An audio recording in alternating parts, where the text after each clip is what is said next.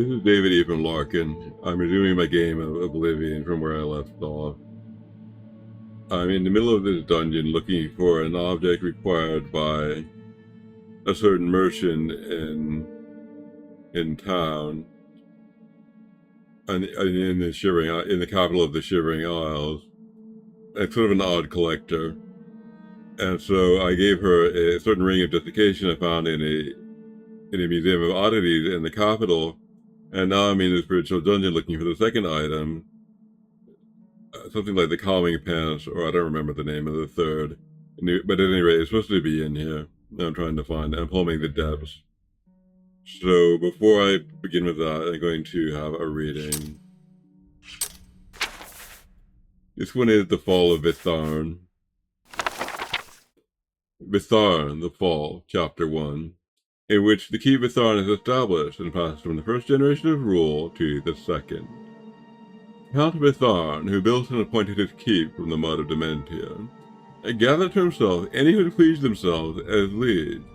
Nearby tribes of fanatics were united as vassals to protect his lands and line, and thus the Count lived out his days in the Isles.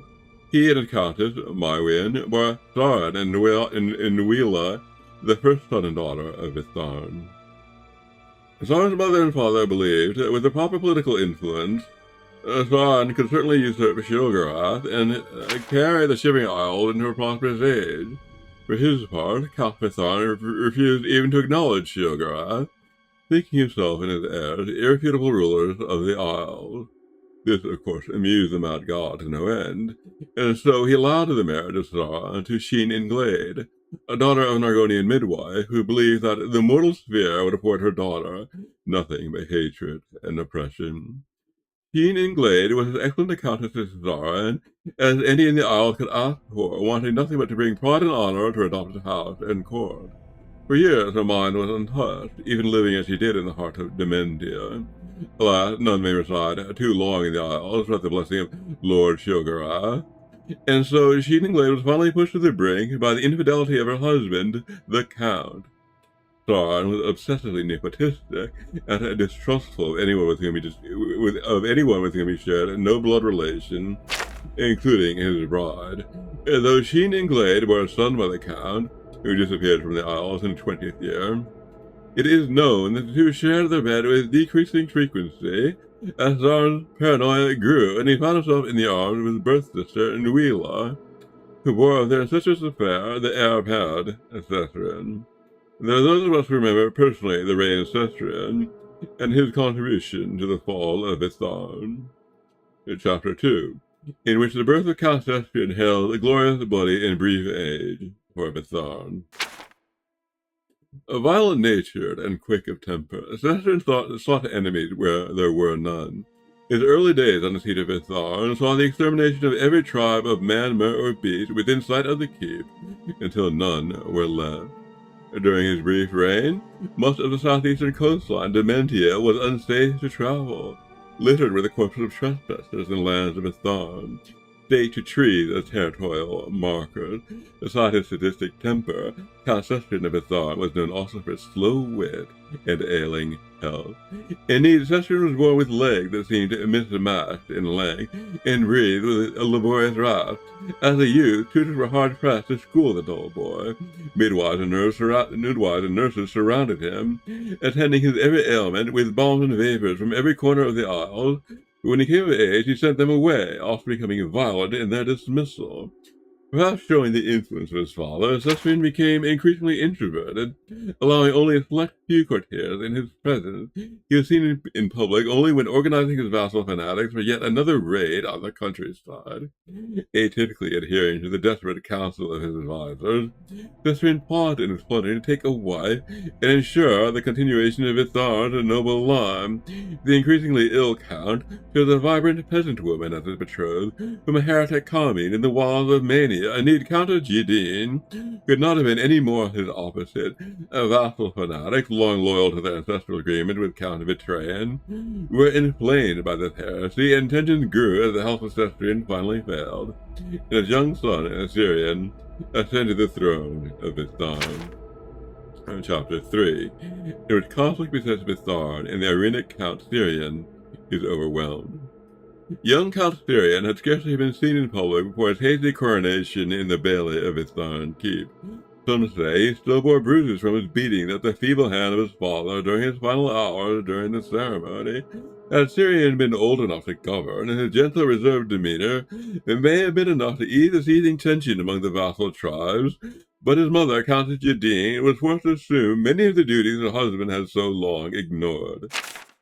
By all accounts, Jadine was a fit countess, loved by her people, but the leaders of the vassal fanatics could not contain indefinitely their personal sentiments of outrage at her manic heritage, despite her exceedingly tactful attempts at diplomacy. The animosity against her was deep-seated and grew over the years. It is perhaps admirable that the vassals remained true to the oath so long. When Styrian finally came of age to rule, the sheepish boy count tried in earnest to ascend gracefully, but his fear of the world was so great that even the shadow of a passing bird would startle him visibly. He was all but unable to address the people publicly, and when he attempted to placate the vassals, still outraged by his mother's heritage, he could scarcely contain his fright, and some say that he even sold himself before fleeing the throne chamber. Certain of the march of fate, the tolerance of the vassal fanatics snapped, and warriors encircled Ephraim. The Count's personal guards were ill-suited to repel the attack, and the siege lasted a single day. Since the day of that battle, no living soul has wandered away from Ephraim. Local myth tells of a tireless struggle between the spirits of the fanatic vassals and Ephraim's meager defenders, damned by the treachery of fanatics and the cowardice of Styrian, to replay their final moments in perpetuity.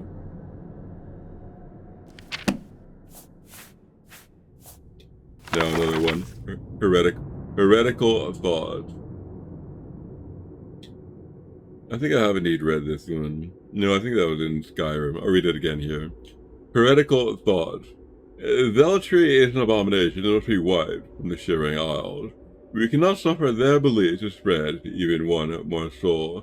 If they name us heretics for a lack of belief, we gladly accept the name. It will make an honorable one. It is not heresy to speak truth. It is not heresy to speak out against an unjust Lord. It is not heresy to take arms and action in defense of true belief. We are the so-called heretics of the Shivering Isles, but we do not speak heresy. We speak the truth. Our Lord, Sheogorath, is but a man. He is only flesh and blood, not a god, and certainly not a Daedric prince. There are no princes in the realm of the Daedra, only vile servitors such as the hunger that we summon to do our bidding. Sheogorath the False is a mad despot. Years of dabbling in foul magic and consorting with Daedra have driven him mad. He is not a fit ruler, let alone divine. He perverts the teachings of ardent soul, he who gave his heart's blood. Where the truth of our cause is common knowledge among the people, we will drive him from New Sheol and put that cesspool to the sword. His 4 limbs will be scattered to the 4 winds, his head will rest on the hill of suicide, and his heart shall be burnt in the flames of freedom. His entrails shall be fed to the dogs. We will make all the people of the Shivering Isles wear the robes of the heretic. By these robes we know each other to be true non-believers. The people shall return to the wilderness and live among the wild things as we do. They will see the wisdom and purity of the life we lead, and they will hail us as saviors. That's heretical thoughts. Alright, now I'm ready to resume the proper dungeon adventure. After a sip of coffee.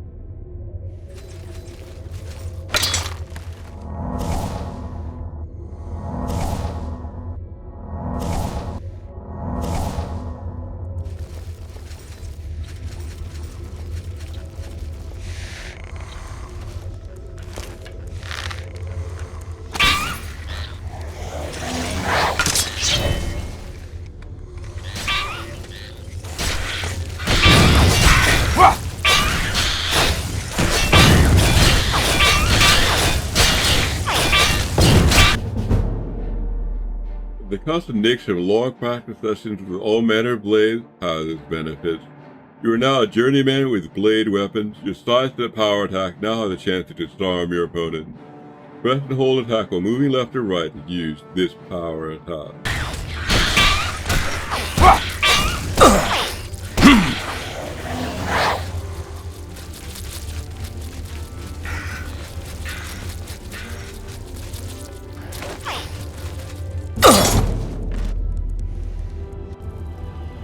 That's a great jumps.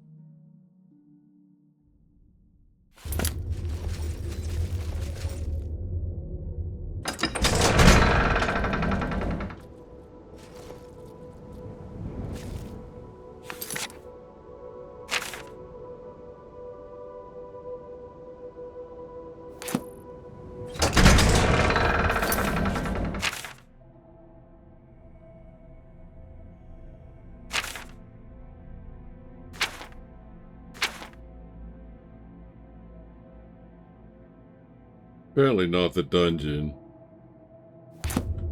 Which I'm looking for. This thing is here.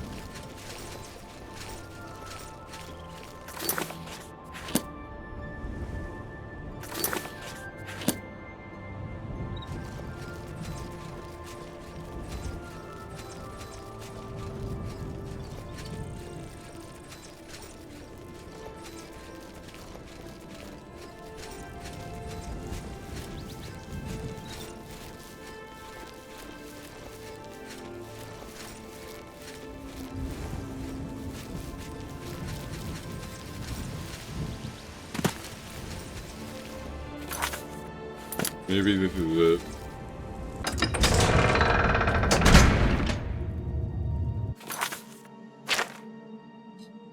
Says I go in here.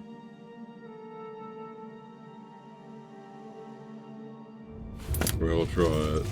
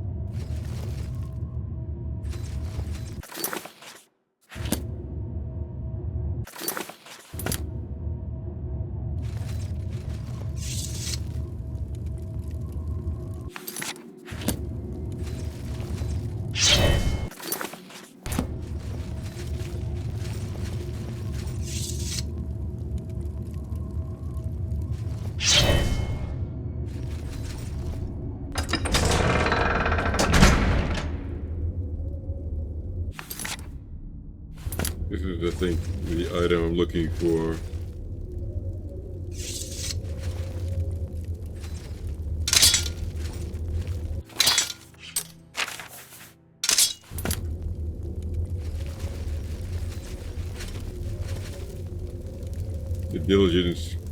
The diligence crux.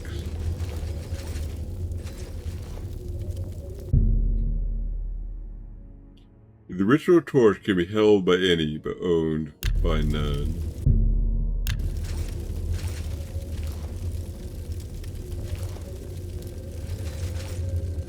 Here's a statue of not a man.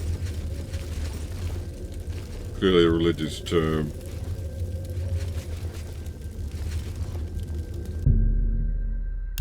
It's frozen shut.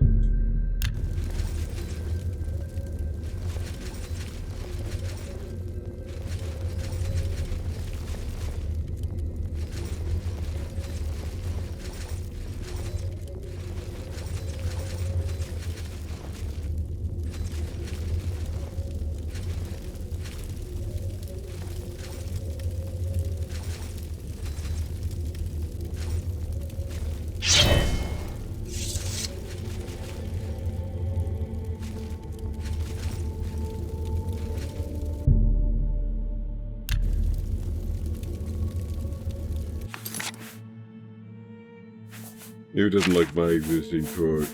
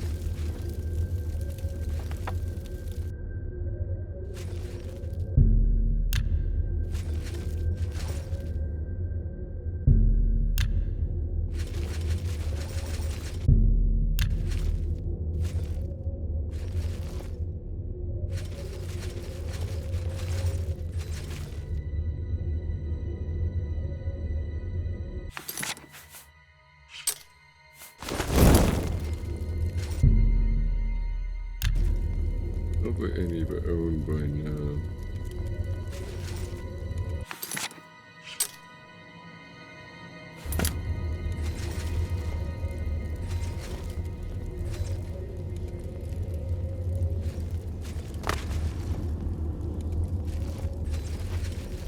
You're not a man, don't author.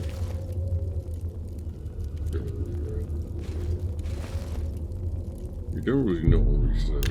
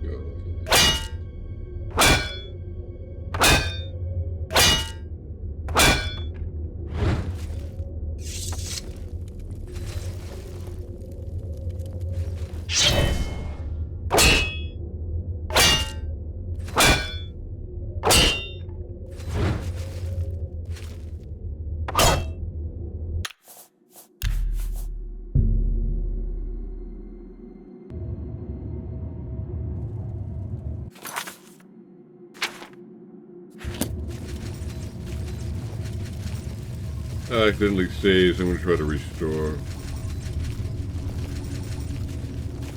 from an earlier point.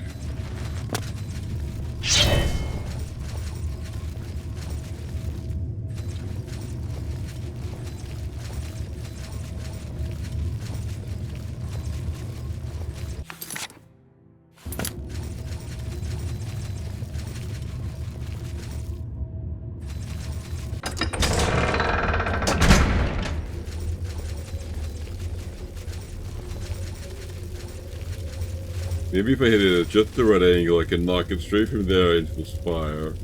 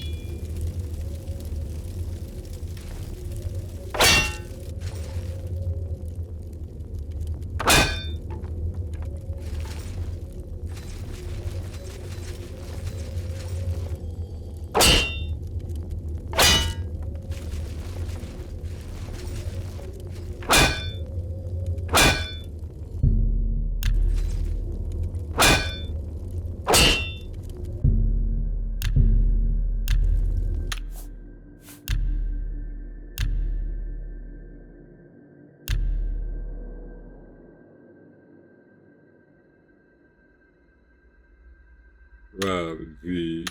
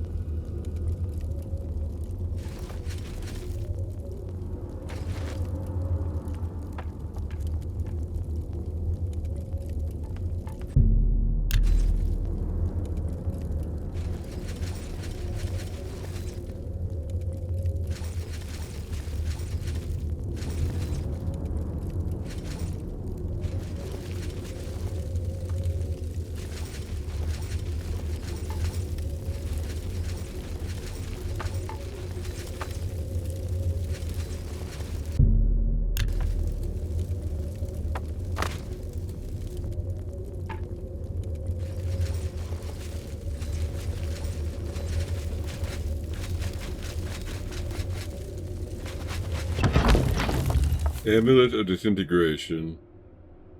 Disintegrated armor, 10,000 points on stealth. Disintegrated weapon, 10,000 points on stealth. So as soon as I wear it, I'll lose my weapon and my armor. I found the Amulet of Disintegration.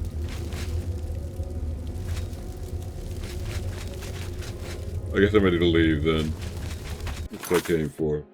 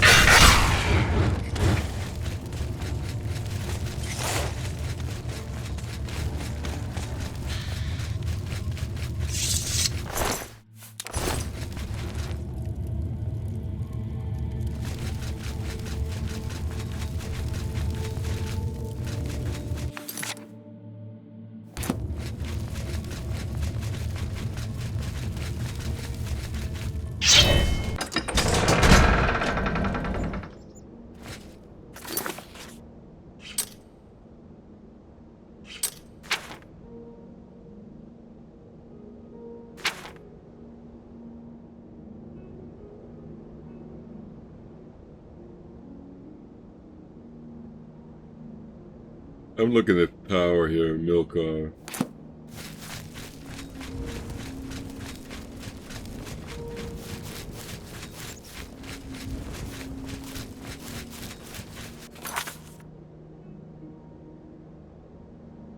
Your path wall might have a sweet roll. I should check it. I can have a look here.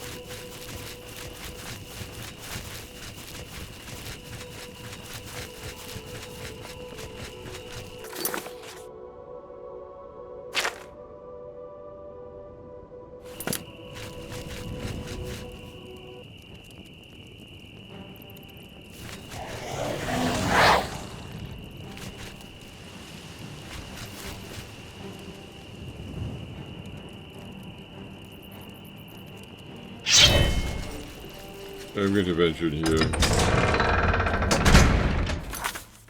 Unless I've been here already, and I haven't been.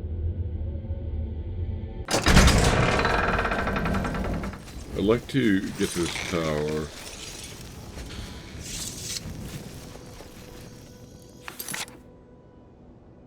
The door is here.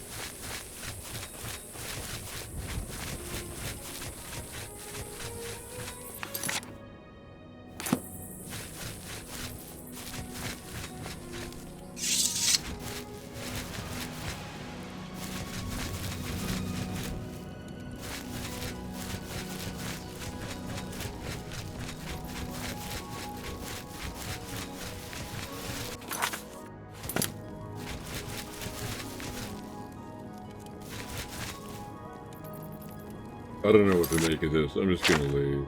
I think it might be another exit from the same dungeon. Probably not of great interest.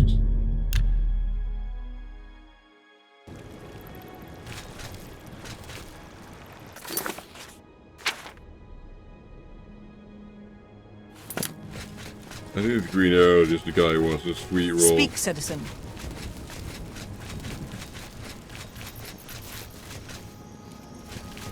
Speak, citizen.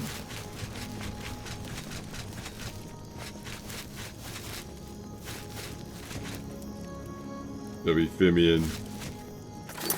So I'm gonna go to pass roll, see if we can dig up a sweet roll.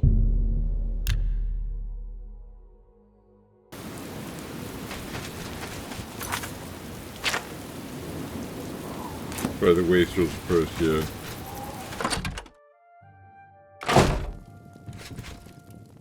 Huh.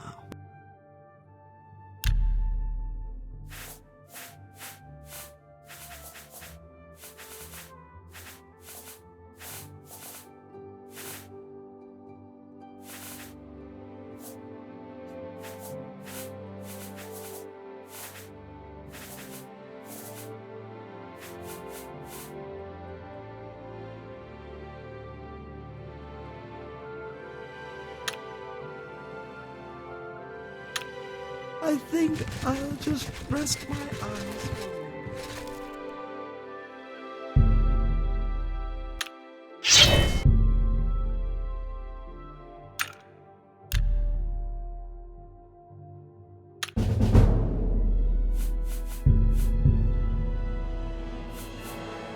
We ascended to level 13. It's the most amazing thing. Yesterday was hard, and today it is easy. Just a good night's sleep, and yesterday's mysteries are today's masteries.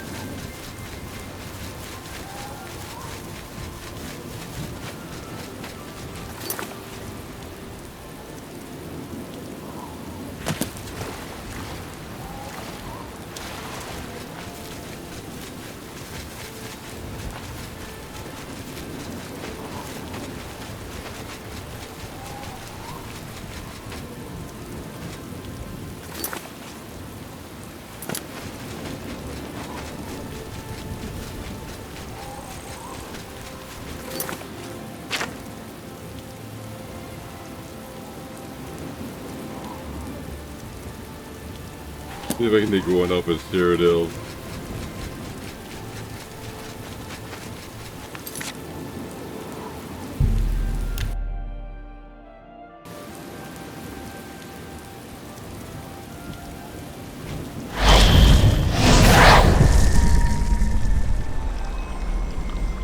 Stay away from me.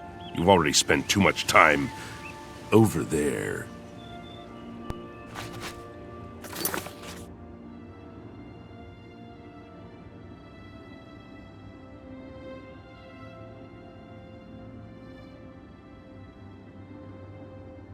I'll try the market district.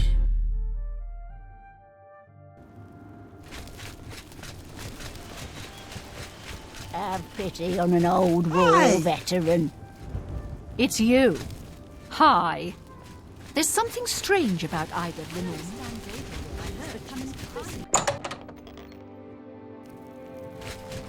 Welcome to A Fighting Chance. I'm Rosan, proprietor. I sell the best swords in the city, and I offer advanced training for armorers. I can fix whatever you break.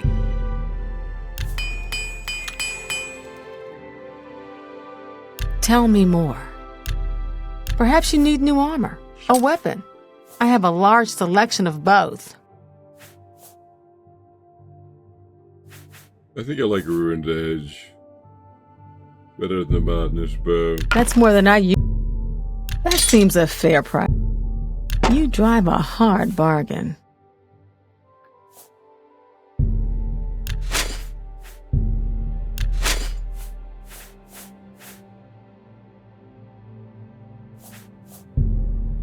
That's a good...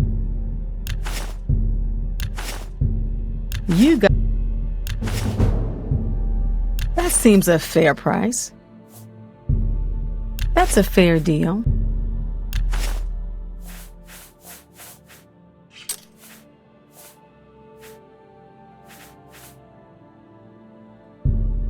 Pleasure doing business with you.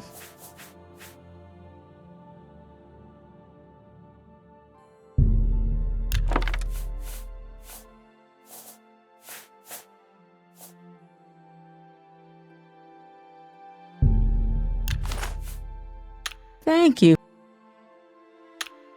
Bye.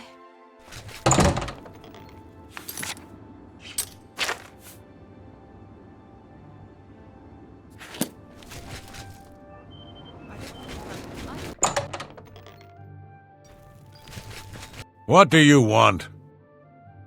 Can I interest you in some of my wares? That's a good...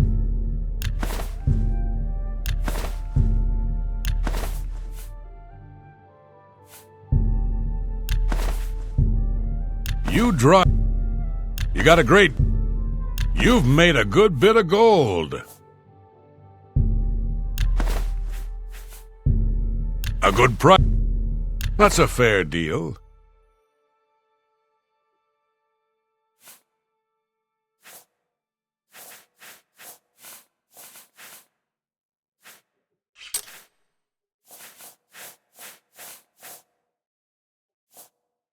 A pl- Good day.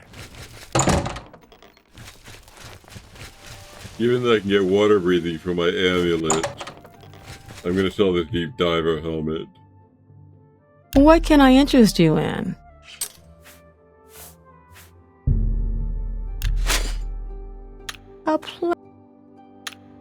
Good day. That's about to crash.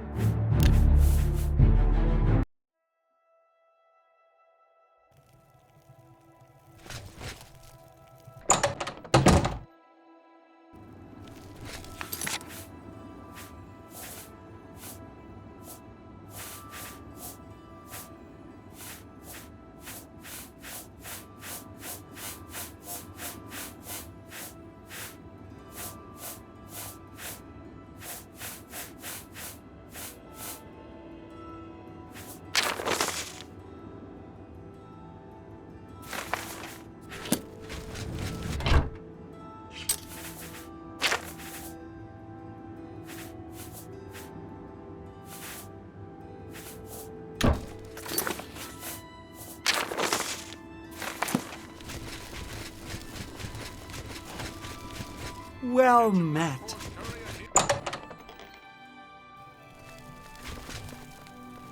Any friend of the Society is a friend of mine. Have a look around. Can I interest you in some of my wares? You drive. I would.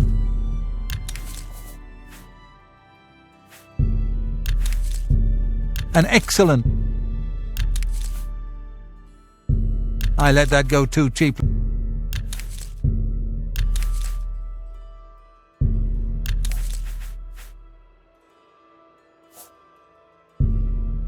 I wouldn't make that deal with. An excellent. A fine bargain for you. You drive.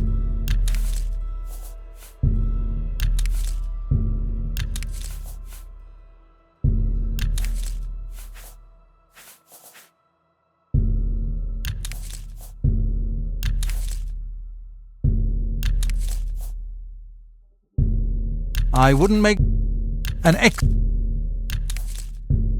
You bought that.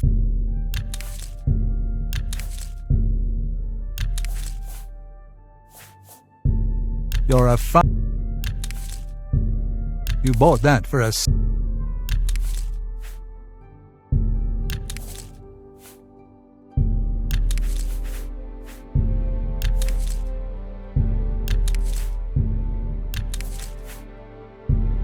I wouldn't. A bargain at any price.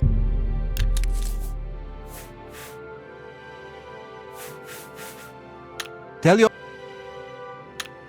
Good day.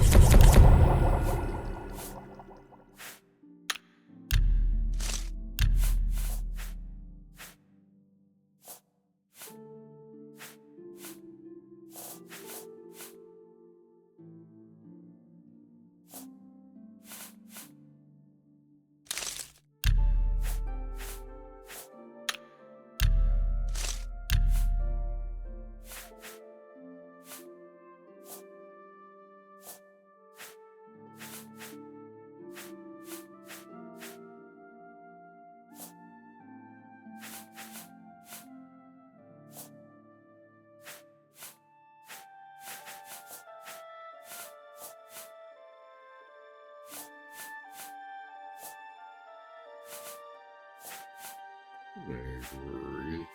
I'm gonna sell these too. I think that is.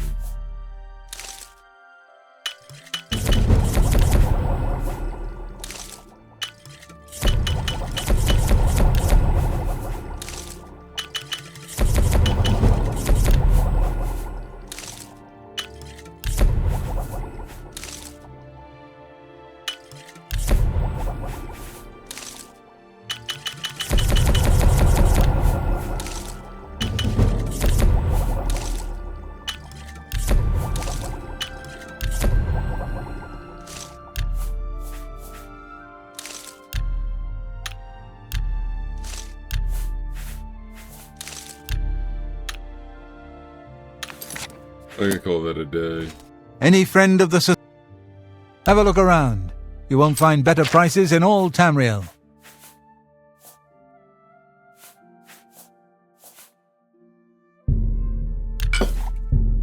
Oh, you drive. That's a good deal. That seems a fair.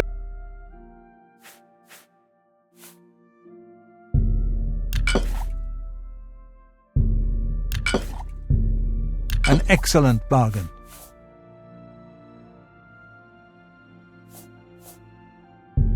That's more than I'd usually pay.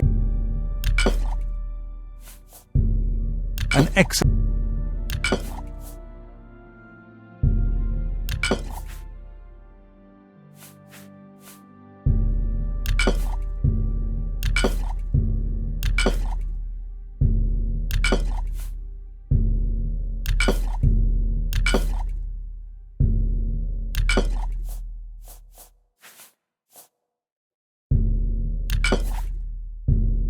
That's more than I'd usually pay.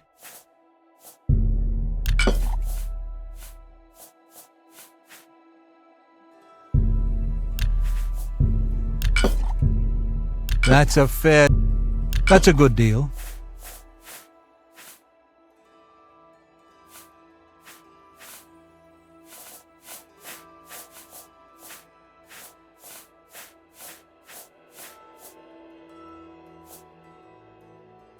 Thank you. Goodbye.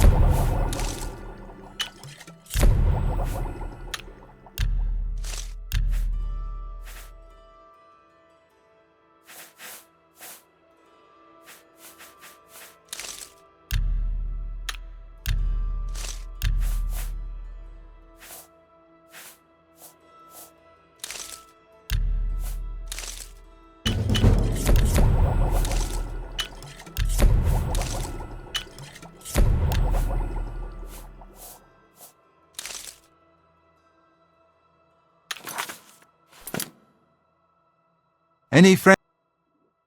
I have potions and everything you need to make your own. What will it be?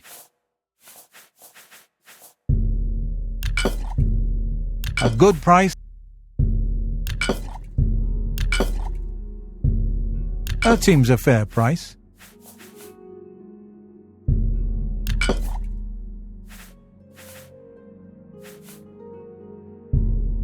Oh, you drive a hard.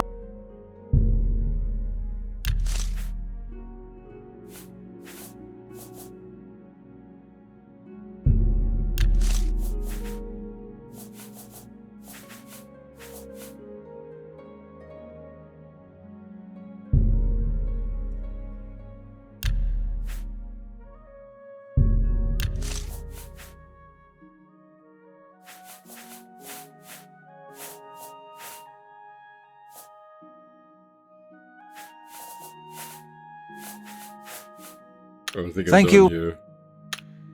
Farewell.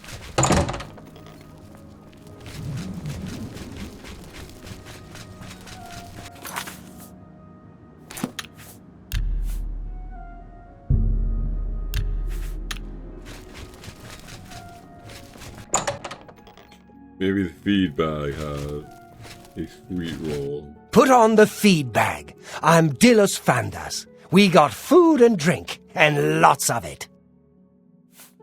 I offer the finest goods and lowest prices in all Cyrodiil.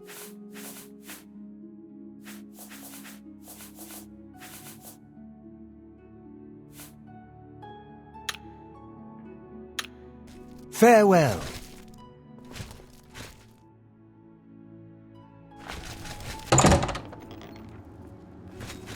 Get your black horse courier here.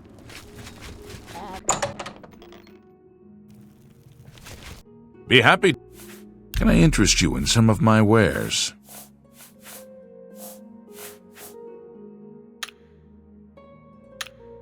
Take care. Turtle. Have a look at my wares. I'm sure there's something to suit you. Good day. Pity so, I've got nothing to eat. Hi there. Good afternoon. A lot of mages swear by Windia.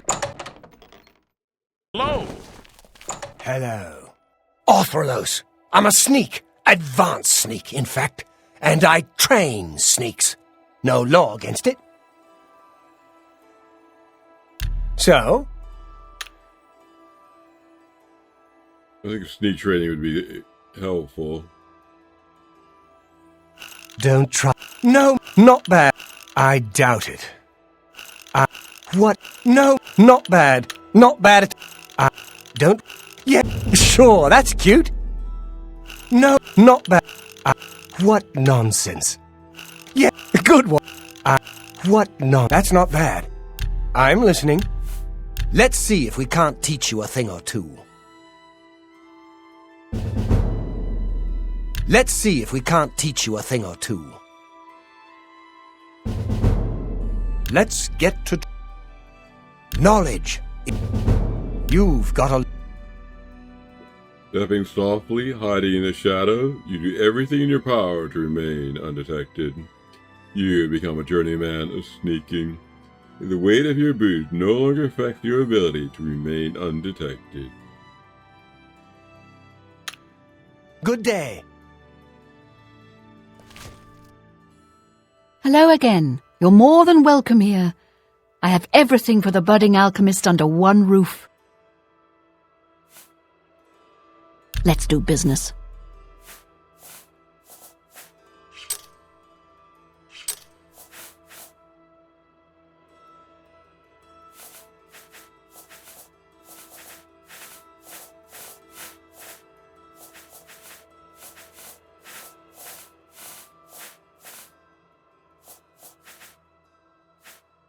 Your sweet cake might work.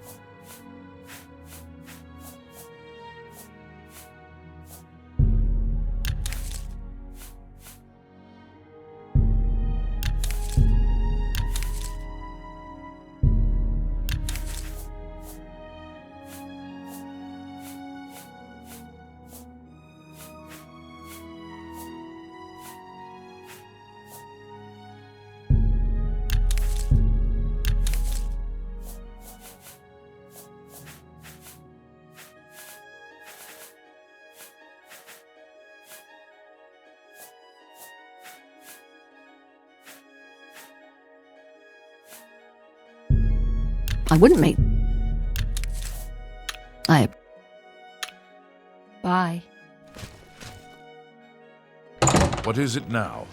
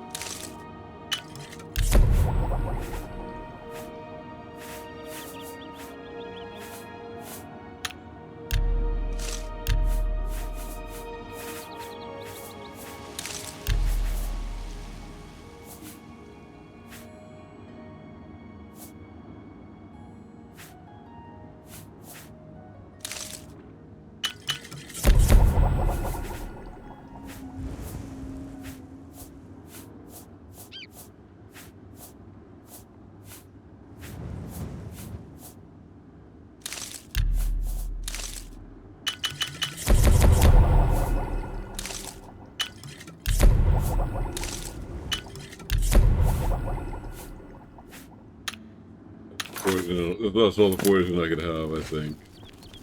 How do you do? What's going on?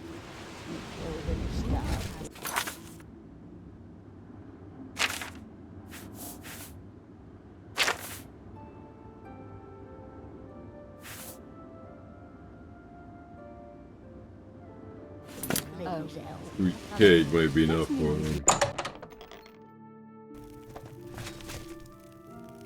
But nothing can help.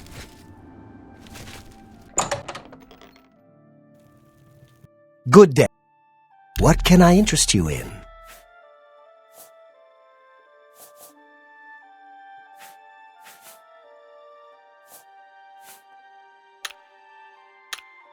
Take care. Welcome. Have a look around. You won't find better prices in all Tamriel.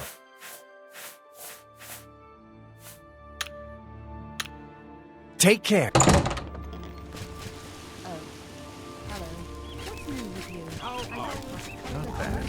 See you.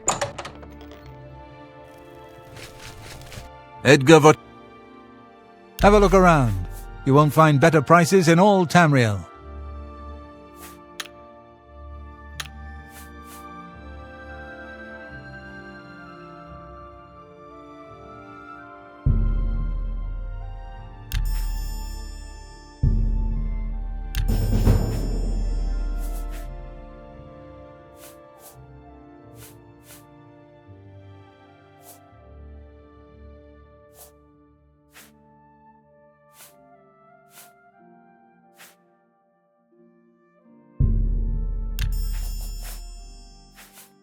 Thank you. You too.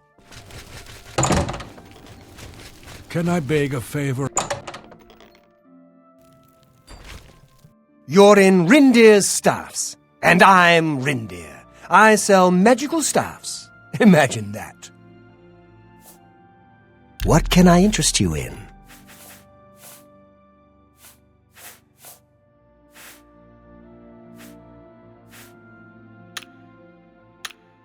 You too.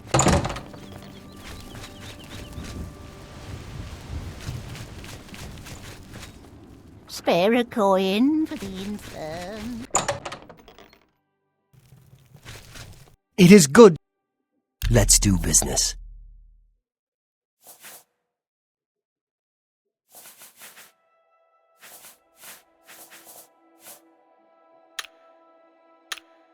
Please, return soon.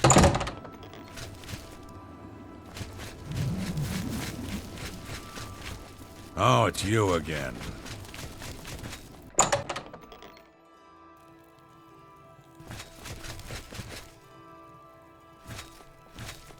Go ahead. I offer the finest goods and lowest prices in all Cyrodiil.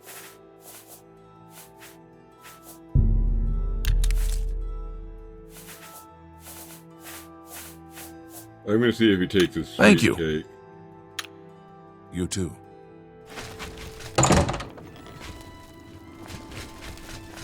Yes? Urjabi helps his brothers, Rajirad and Hasiri, to run the Black Horse Courier. Others write. We organize, we deliver. The news never stops.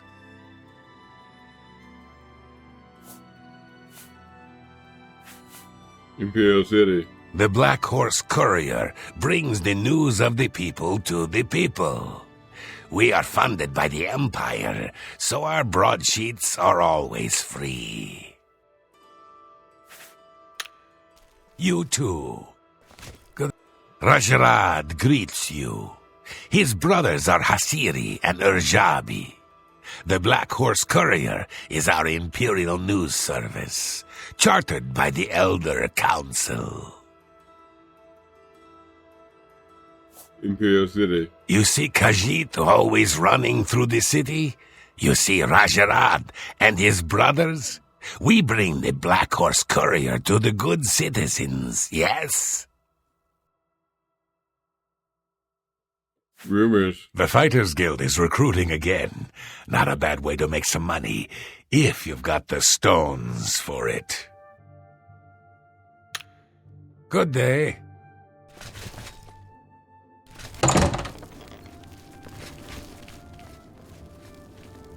I'm only asking for a single.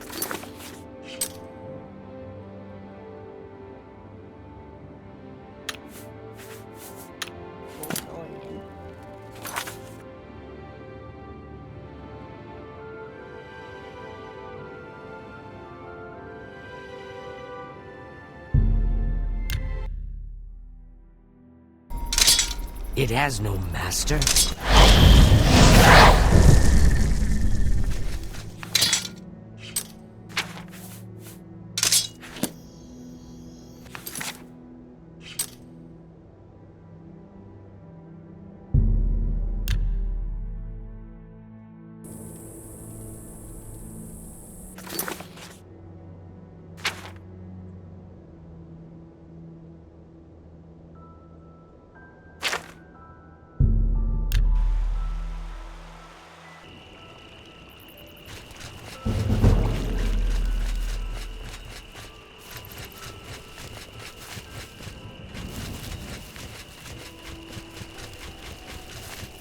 Blessing.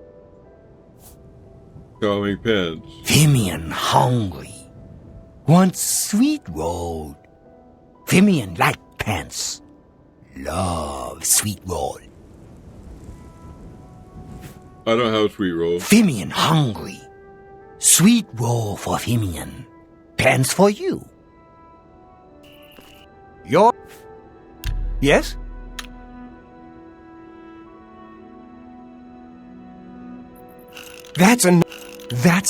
Don't we? What a dumb joke. That's enough. Don't you? I salute you. Don't waste your flattery on me. How nice. Well, see? I'm with you. Complete. Fimian. Yes? Certainly. See? That will get you something. Doesn't seem to help.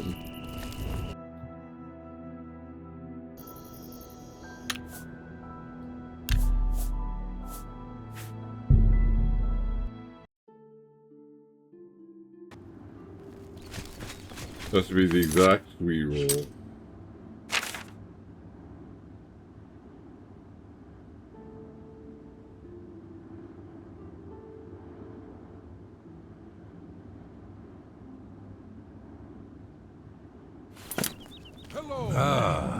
Hello. What's new with...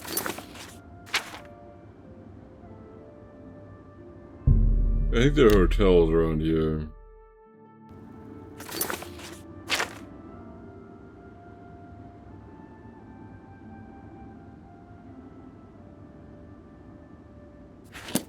I'll try this hotel. Speed.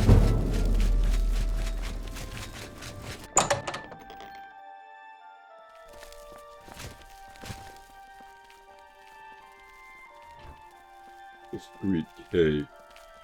Can I ask you a favor? Welcome, friend, to the Tiber Septum Hotel. I am Augusta Aledia, your hostess. Have a look at my wares. I'm sure there's something to suit you. Here we go. Sweet roll. I appreciate your business. Goodbye.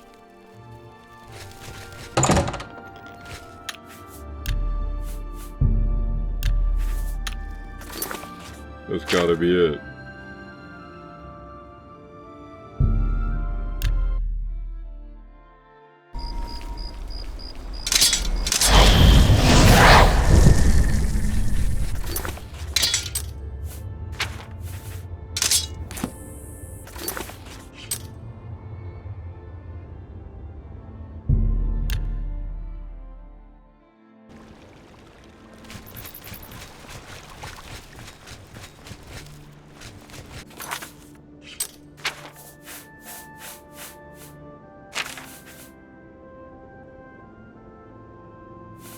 Sweet roll.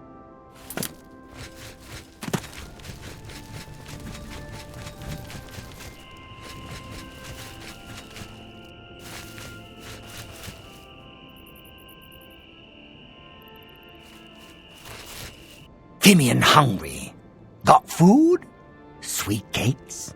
Sausages? Call me pants. Fimian hungry. Want sweet roll. Fimian like pants. Love sweet roll.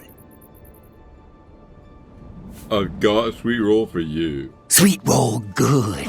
Fimian give pants. Got pie? Apples? Fimian hungry.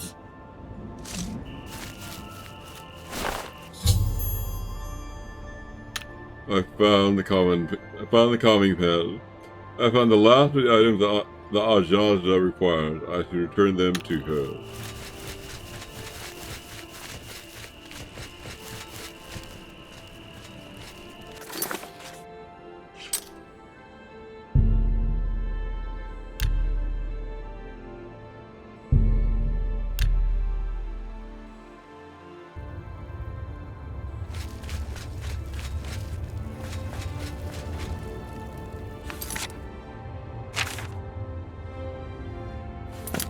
Blessings, citizen. I'm going to spend the night at this tap house, and then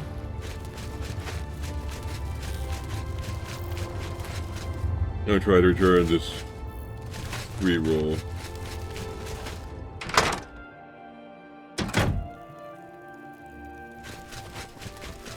Or not the sweet roll, the items. Hello. I'm sorry to trouble you again, but I think the cure has worn off. I feel the cold grasp of death sneaking up on me once more. Could you please get some more aqua nostrum from Knotty Bramble for me? Certainly. Oh, you're too kind. Here is the empty flask again. Take care. Wish I could.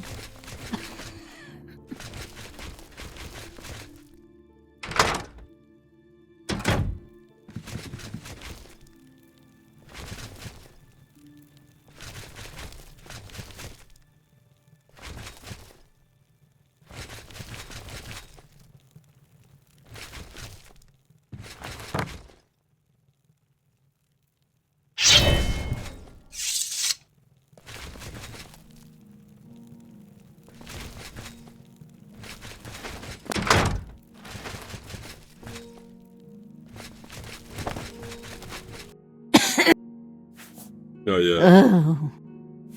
Bed. Sleepy, are you? If you insist. I'll take Very it. well. Take care.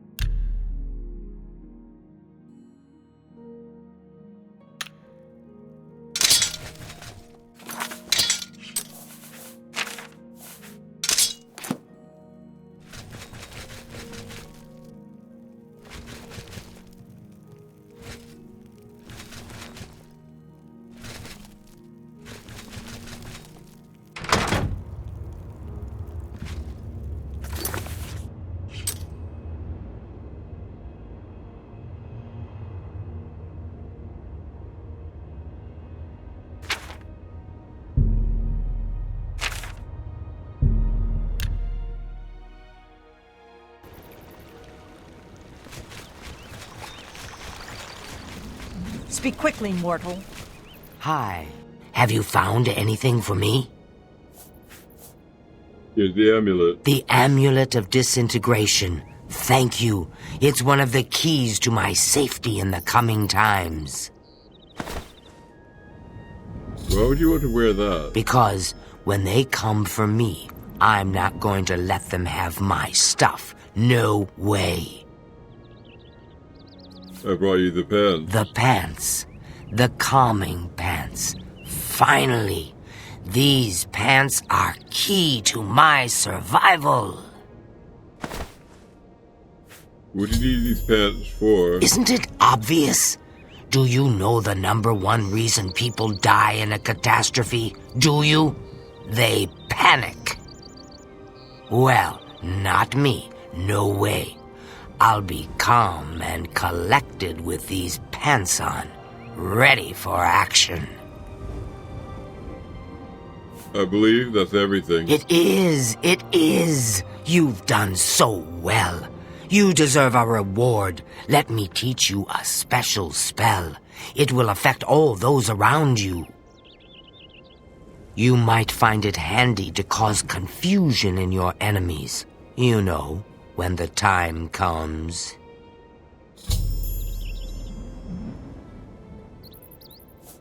Rumors. Sickly Bernice's isn't a bad place. Just make sure to wash your hands. Goodbye. I have a new spell.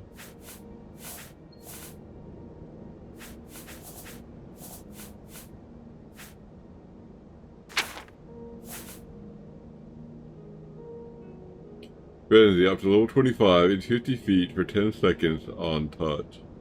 I think I can only use that once a day.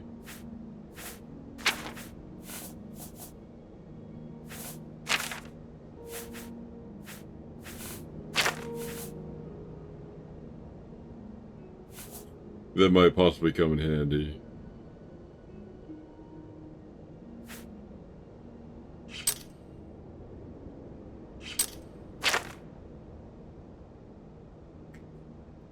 Here is Clitumnus has asked that I kill him. I think I'll work at this one now.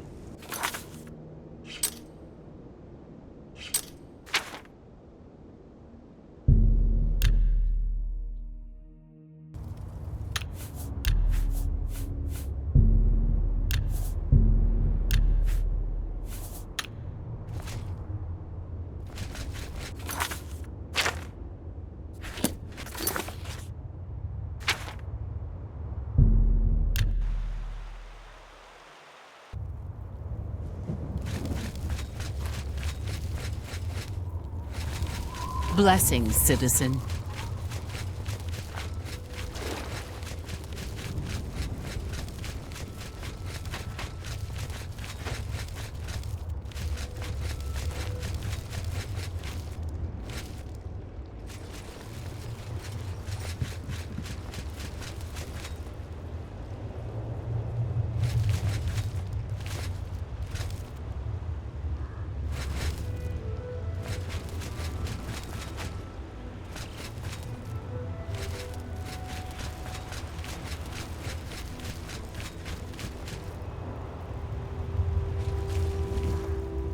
That's this guy.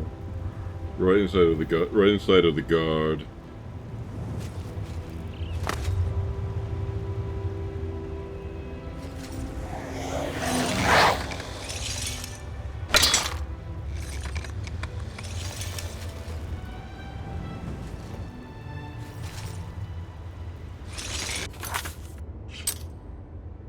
I'll give him my maximum arrow and some poison.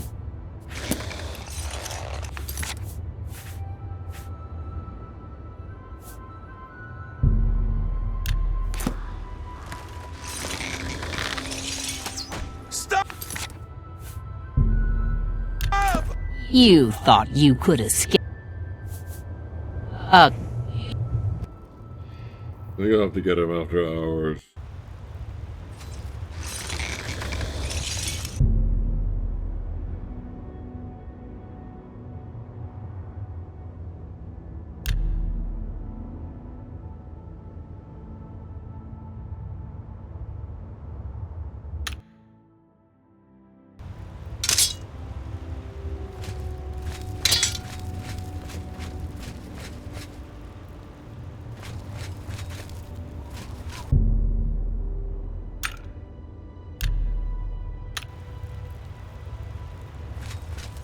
I want to do stand inside of this guard.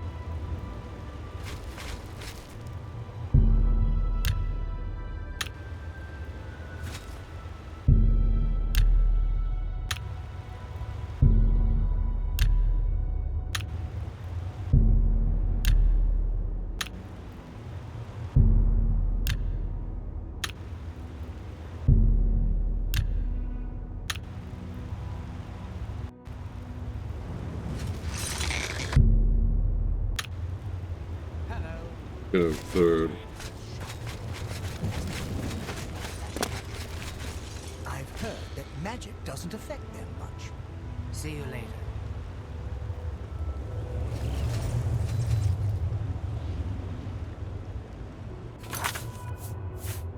At least it's easy to see up there.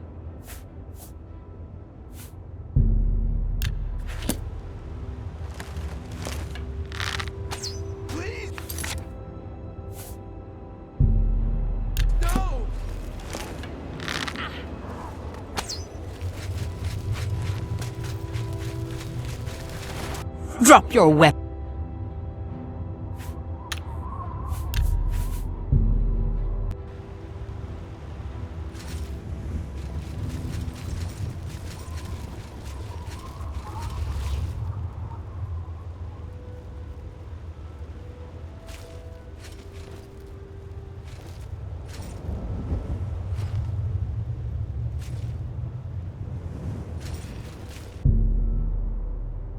Maybe a better look at night.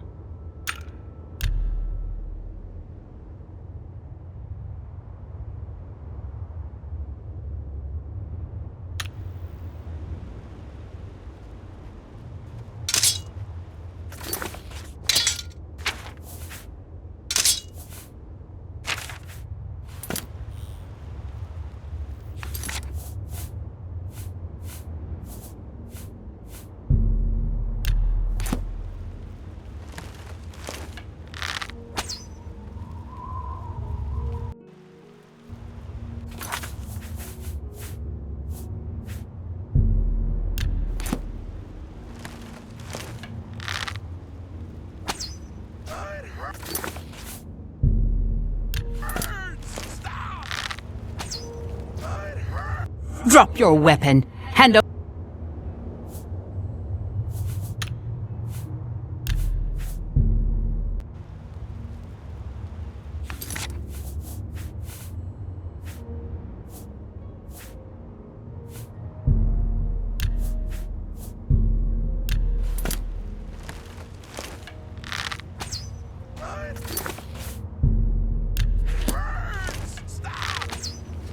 By the gods, there's a psychopath on them. Yes, Cronus is dead, just as he wanted. I cannot get my reward from his house. The key should be on his sword.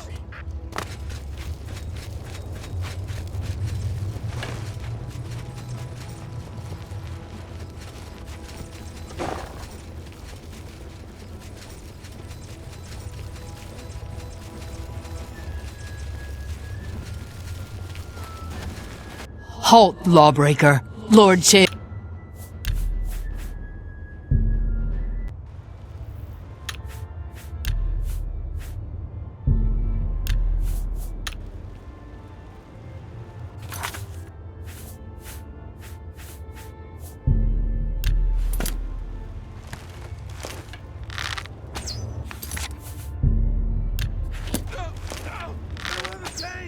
Can't you settle this peacefully?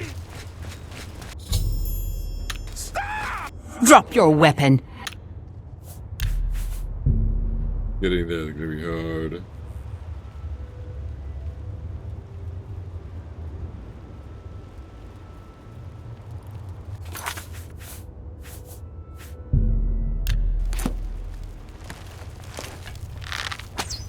Stop! Take me unaware! Not like that! No, not like this!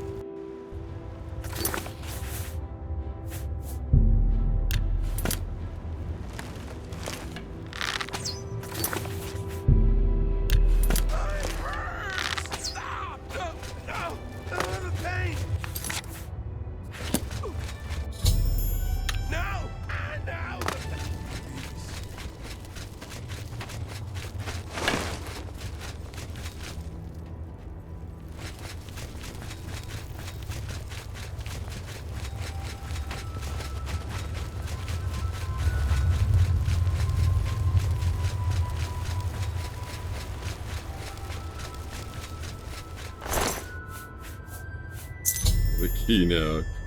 Here's Cletonus's house key. I should go claim my reward from his jewelry box.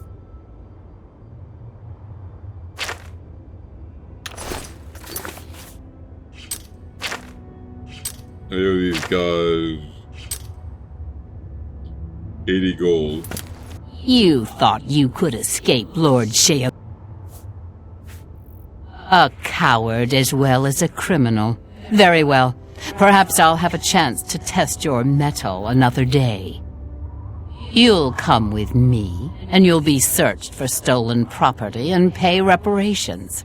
Then you're free to go.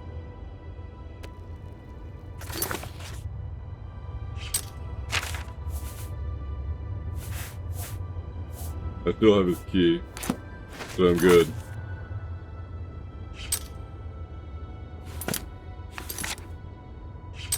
Now I go to the map, go to his house, yeah.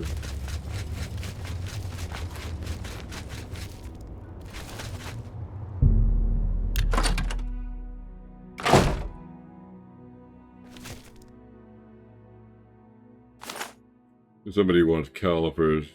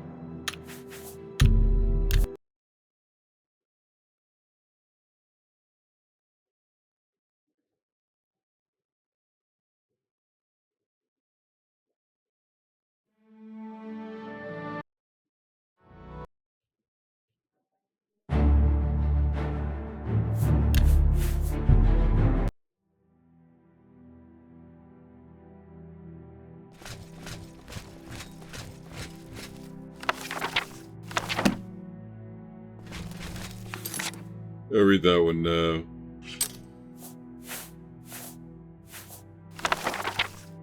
The Liturgy of Affliction, a collection of the writings of Vexus Valeron, transcribed by Annius Gale. Dearest reader, the tome that you hold in your hand is the chronicle of pain, of torment, and of discovery.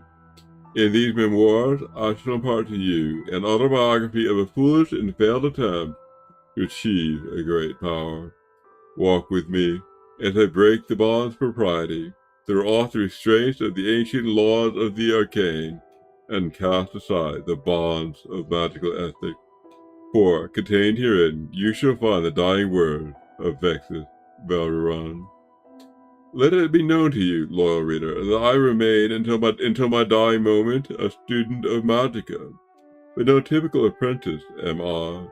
I am one who has forged a unique path to the deeper understanding of the mechanics of Magicka. Through the infliction of destruction magic upon my own flesh, I have accomplished more than any student before me has. It is by that folly that I come to you now, lucid as ever, fully alert in my faculties and acutely cognizant of the sacrifices that I have made in my quest. I have long since lost the capacity to feel any physical sensation beyond absolute agony. I have become so accustomed to it, so detached from the feeling that to me pain is simply always there. You do not think of the air around you as a sensation, do you? How is it, you ask, that I came to be what I am? It began instantly enough. I was once a healer, one of the most promising students of the temple. Which one? It doesn't matter. I was eventually expelled. Fools. You see, we had a number of patients interred in our humble sanctuary who had been infected with the red fever. My attempts to use the magical art to turn the disease on itself were less than successful. In their early stages, for trying to find a cure, I was cast down. It was not long after my exile that I discovered the means to eradicate infection using the destructive energies of Magicka. In my explorations of the School of Destruction, I discovered that by pulling the elemental energy through my own body, I was able to increase the raw output of energy. From the experience of lightning bolts surging through my own body, I was able to deepen my understanding of the raw forces of magicka. At first, the pain was bearable. I directed only a minor amount of the energy back in towards myself. I learned to couple the destruction with restorative energies. It helped to abate the damage done to my own body, but did nothing to stop the pain itself. As my tolerance for the pain increased, I began to channel more and more through my own body. My understanding of destruction outgrew my knowledge of restoration. While I could still lessen the damage, it could not stop it. My skin became charred and blackened. It dried, flaked off, and cracked. I stunk of cooked meat, but I could not resist the draw of more and more energy. I became like a skooma fiend of the worst sort. I no longer used magic for any practical purpose. I simply sought out more and more energy. I relished the pain, anticipated the moment when the energy and the pain would wash over me as one, freezing my flesh, burning it beyond recognition. My skin became a network of scars, sores, lesions, and burns, but it was never enough. Never. I needed more. More pain. More power. I lost my sight. My eyes melted into boiling pools of viscous humor so hot that they left streaks of blistered skin as they ran down my face like burning tears. My right hand froze solid and shattered into 1,000 pieces when I carelessly bashed it against the door jam and hair. Once I realized what had happened, the bones of both my legs shattered outward like broken glass, shredding the flesh and muscles surrounding them. Well, this may sound like a fate of terrible consequence, my dearest reader. I can assure you, you will never know what it is to be a creature of flesh and bone like I have. You will never have the degree of knowledge and frailty of the flesh that I have grown to know. I achieved a level of understanding of magicka beyond that of the Grand Masters of the Guild, but that accomplishment pales in comparison to the grander discoveries that this experience has bestowed upon me. People like you think that pain is to be avoided, hidden from, feared. Through my suffering and the numbness that now robs me of the ability to feel it, I can say this to you: pain is a simple factor of human existence. It affords us the opportunity to feel, to appreciate the temporary shell that our spirits occupy. Pain is the greatest gift that the gods have ever given mortal man. And now, as I tell you this story by way of a scribe, I am a stump of a man, wrapped in steaming bandages, never to know pleasure again. Even still, I have but one message to impart to you: embrace what you are. Glory to Lord Sheograth, for he has opened my eyes.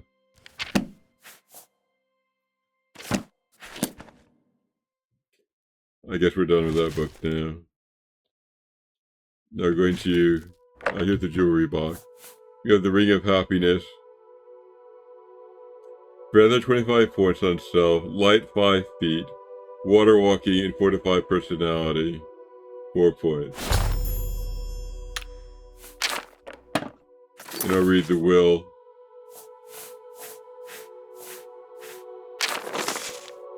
I've wanted to die for quite some time. Things just aren't going right. Never have gone right, really. No one seems to care either, nor even notice I exist. Not that I have much to say, even if someone had wanted to be my friend. I'd make a lousy friend anyway. I'd probably even boring the person reading this. I'd certainly boring myself. Not that anyone ever find this note. Oh, but if they do. If they do, it means I've been granted my greatest wish to be released from this mortal coil. This isn't a suicide note. No, that would mean I've taken my own life. We all know what that means. Who wants that kind of existence? To be reborn on the hill every day, reset as if nothing ever happened? That's even worse than life I'm living. Life I've lived. Yes, I'm sure I'm happy now. The dead in me, the me writing this note isn't happy at all. Never have been happy, really. Anyway, the purpose of this note is to say to the man or woman that killed me, thank you. I literally have this queer little ring a wizard gave me once that reminded him of his dead son. I guess there's devil his dead son even more now. Anyway, he said it would make me happy. Lift the weight of the world off my shoulders, some such thing. Come to think of it, it's the only time anyone's ever given me anything. Personally, I think the thing is worthless, just like me. I tried it for a while too, the happiness ring, but eventually I couldn't wear it anymore. It made me feel odd, not myself. I didn't like feeling that way, so I locked it away. It's pretty enough though. It might fetch a few gold coins at the merchant. Sorry not to leave much more behind, but my life never really amounted to much anyway, did it? Yours very truly, J. Clitumnus, deceased.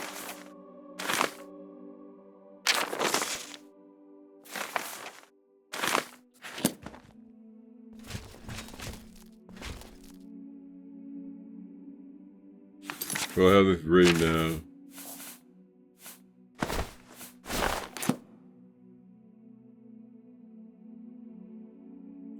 You're gonna make me glow the problem. It misses by sneaking. Otherwise, it's good. Water walk isn't bad. Feather isn't bad. Personality isn't bad.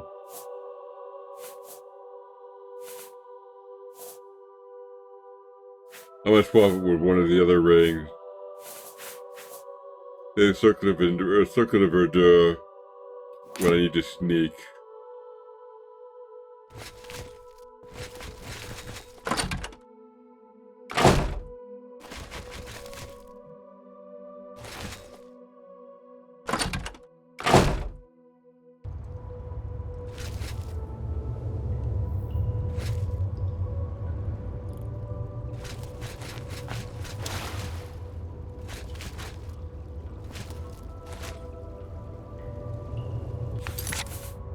I can spend the night at the inn.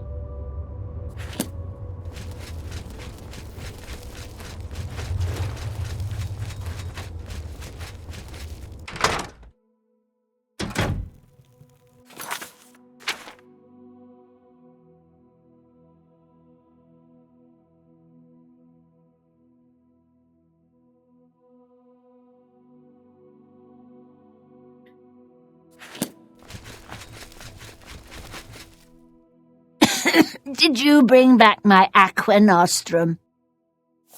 Not yet. Oh, well, do hurry. I'm beginning to feel faint. You've got the best room I can. Take care. Wish I could.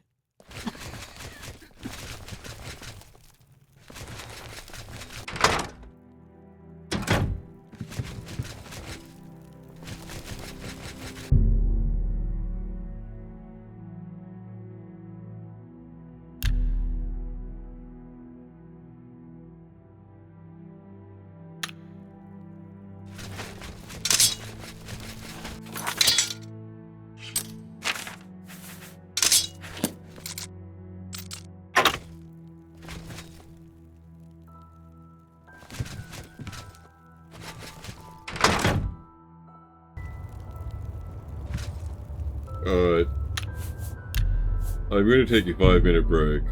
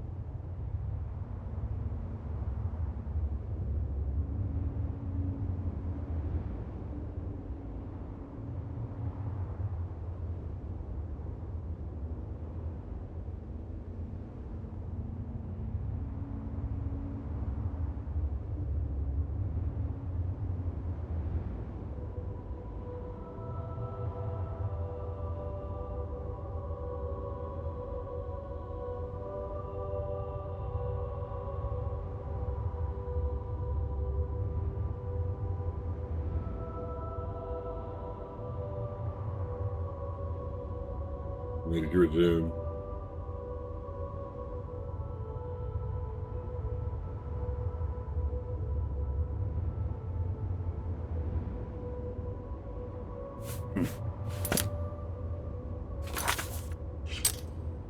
Got some calipers to give to somebody.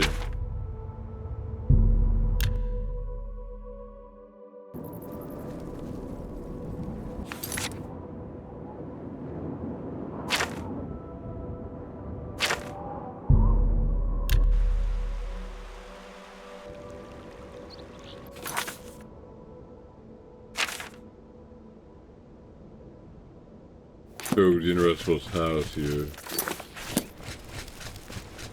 Speak quickly, mortal.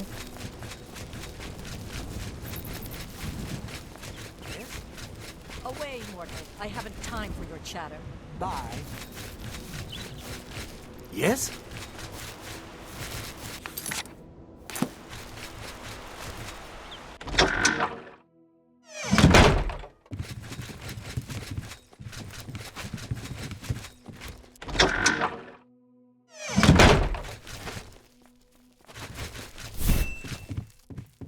My boat is coming along swimmingly.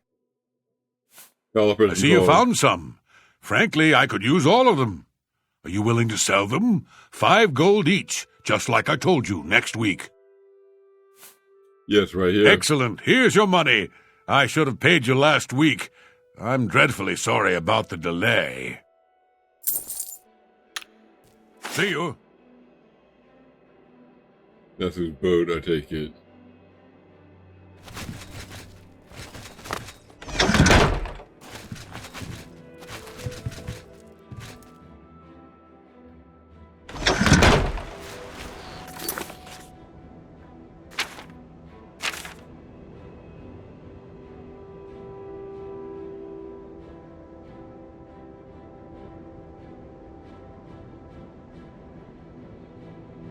Yeah, a little spare madness, or I could convert it to something.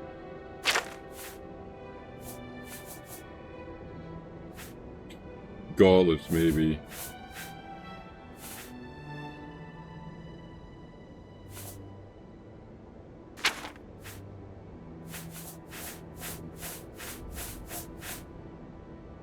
Some amber.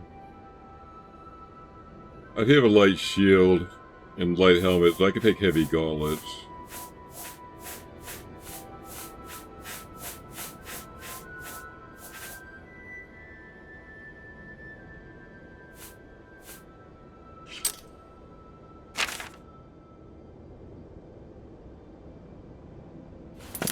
We'll go up to the missing cauldron here.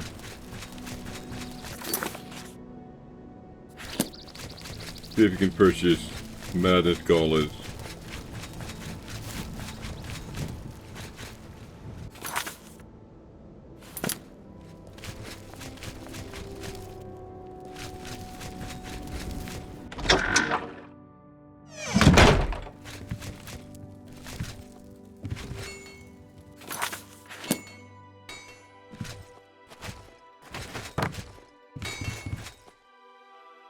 Welcome back, friend. It's a pleasure to serve you.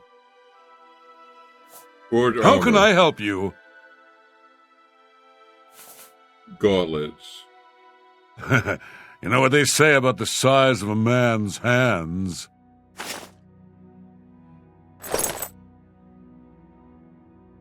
That's not quite right.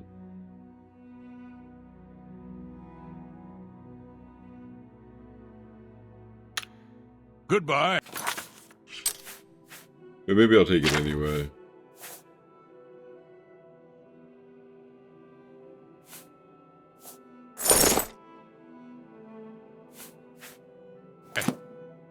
It is armor and weapons. Maybe not pretty. You've got a good deal there. If you need it, goodbye.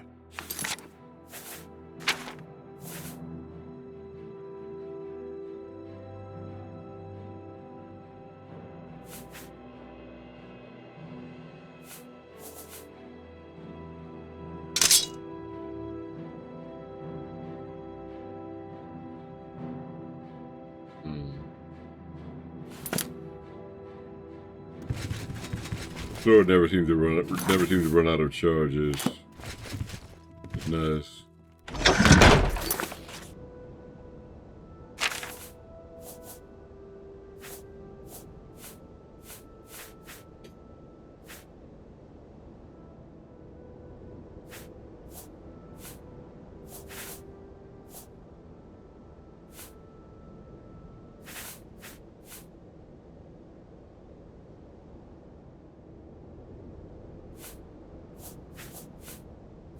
I guess it's a pretty good setup.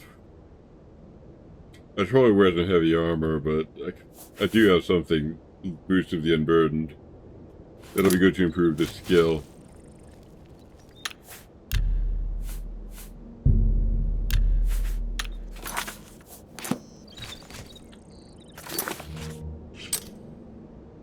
So I'm just gonna go.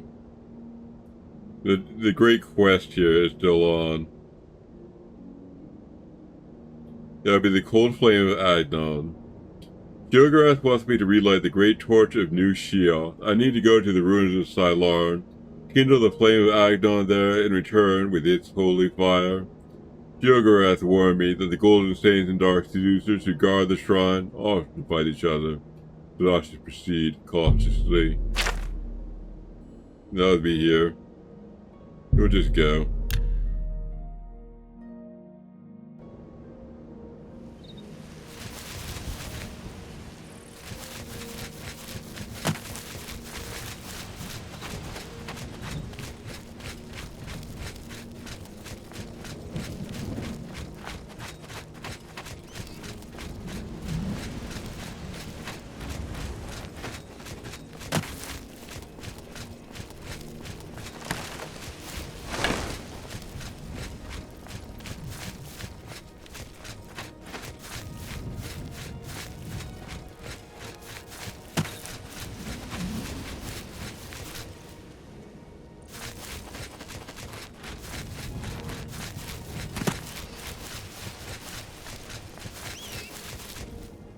Who am I? How about a failure, a fraud, an utter sham? I'm a poet without merit, a slave to my own stupidity, and will likely ruin your day. Rumor. If you have to fight a flesh Atronach, a good shock spell is the way to go. Bye.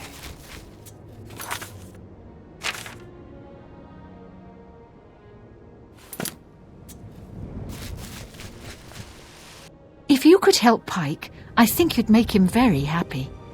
I've grown quite fond of him and can't stand seeing him this way. I'm still working up the nerve to paint his portrait, but I'd rather do it when he's back to his happier self. Rumor. Try not to fight a Grummite in the water or in the rain. They seem to like that. I really must get back to my paintings.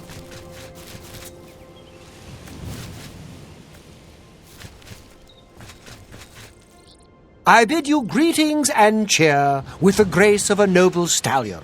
You seem to be of fine temper and wit, says the poet known as Hallion.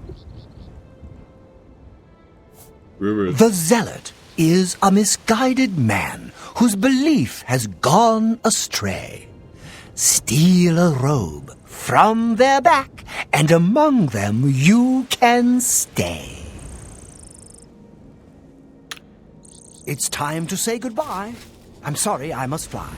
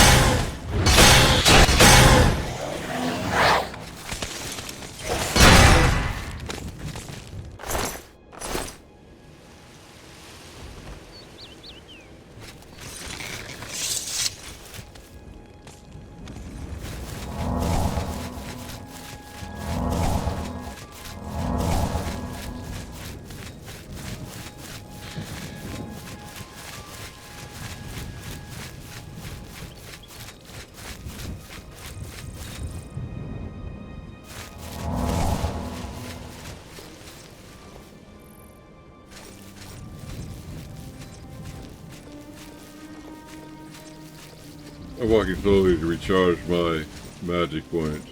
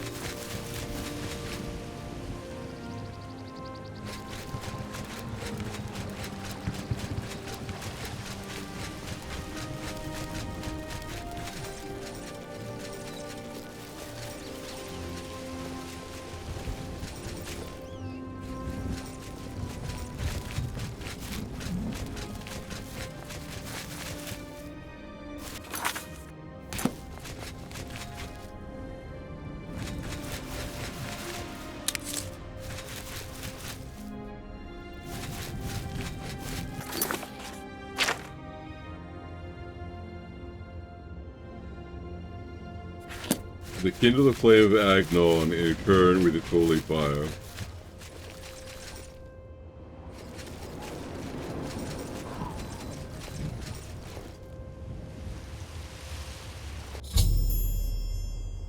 I have arrived at the ruins of Salon. I'll need to speak to the commanders of the Golden Saints and Dark Seducers to find out how to light the flame of Agnon.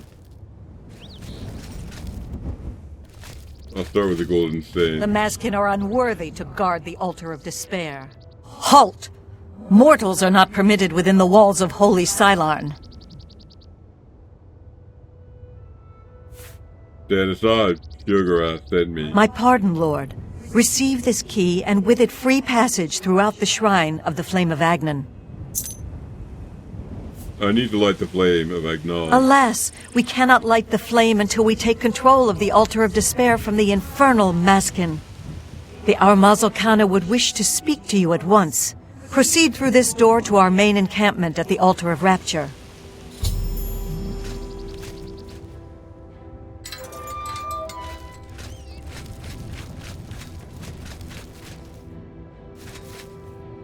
Greetings, stranger.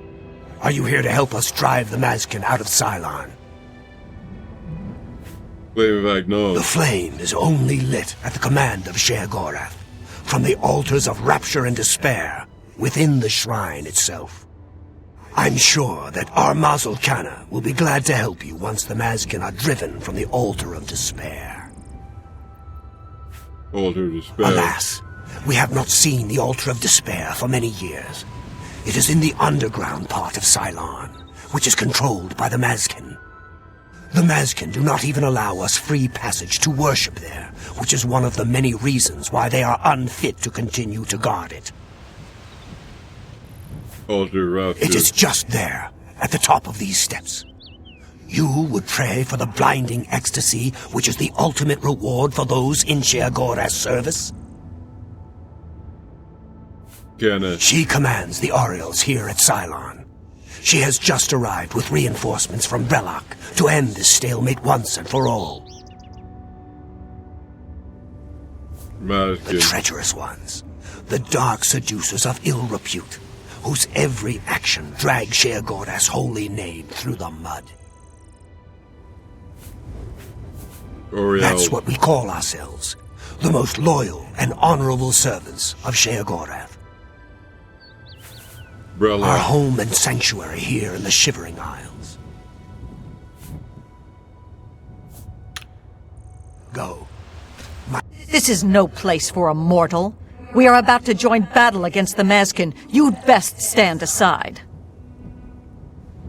Shoggorath sent me. I need your help. My pardon, emissary. I am at your service. We are preparing to sweep the Mazkin scum from Sylarn. Perhaps Sheogorath sent you to help us.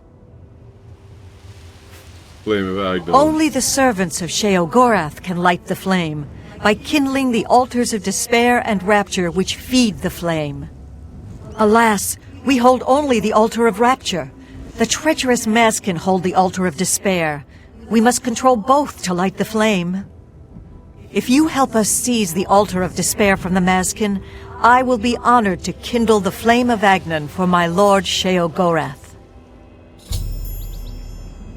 Battle The plan. only way to assault the Altar of Despair is down the main passage between the two altars. It will be difficult. The Mazkin have fortified their position, but I am confident that with your help, we can defeat them. Will you help us retake the Altar of Despair and drive the Mazkin out of Sylarn once and for all? I'll help you. Let's Very go. good, emissary. With your help, we will rid Sylarn of the Mazkin once and for all.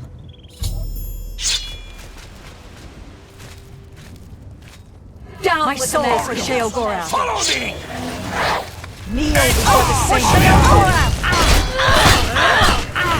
For the saint. Kneel before the saint. Kneel before the saint. Atar Oriole.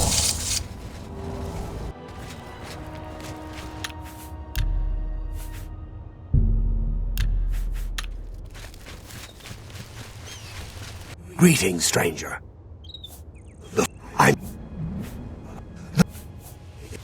It is...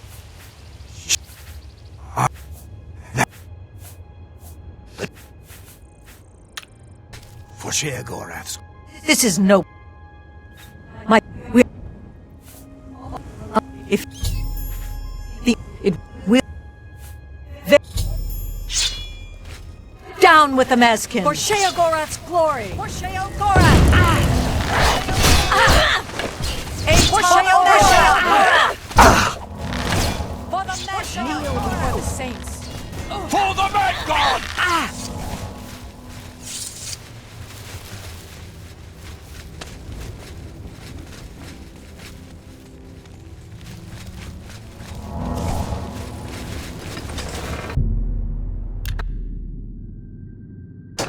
Death to the Mazkin!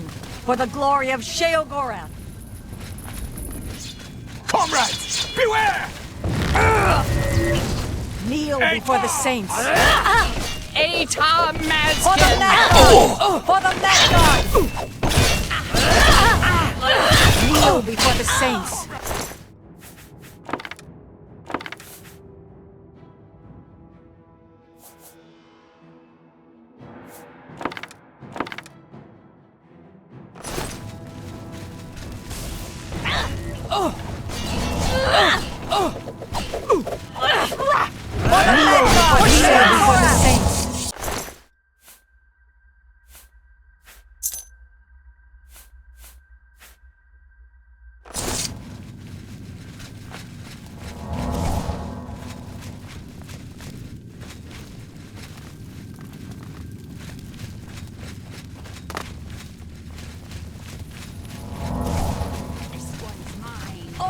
Follow me!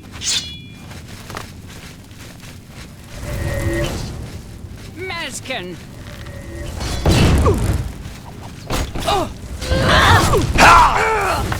Atar Mazkin! Atar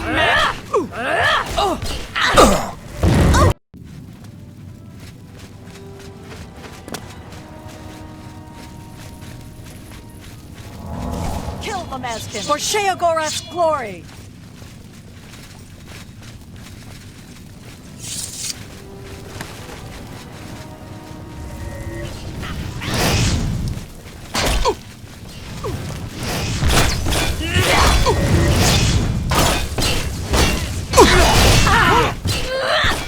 Atar Oriole!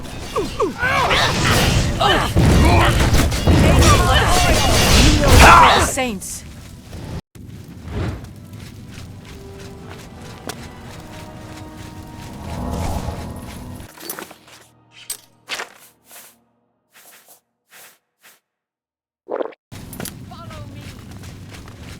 For the Mad God! Orioles, My follow soul me! for Sheogorath!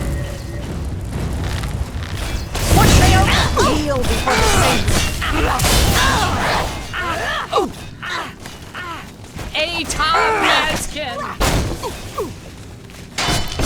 Atar Oriole! For Sheogorath!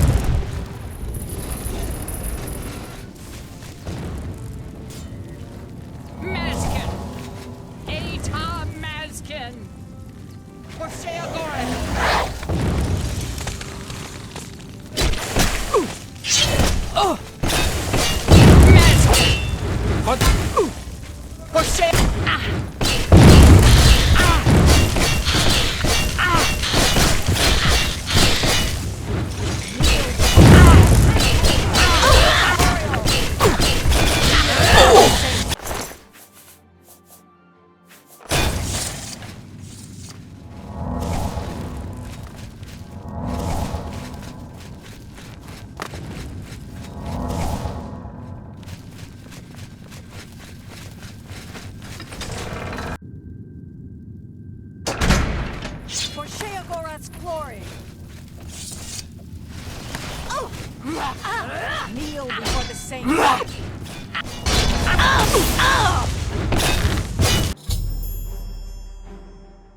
The Dark Seducer commander is dead. I should finish off the remaining Dark Seducers inside Larn to complete the Golden Saints victory.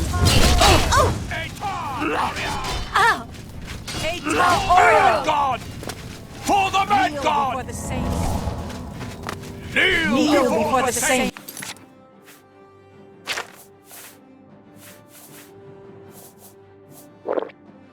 Maskin! Kneel before the saints! For Sheogorath!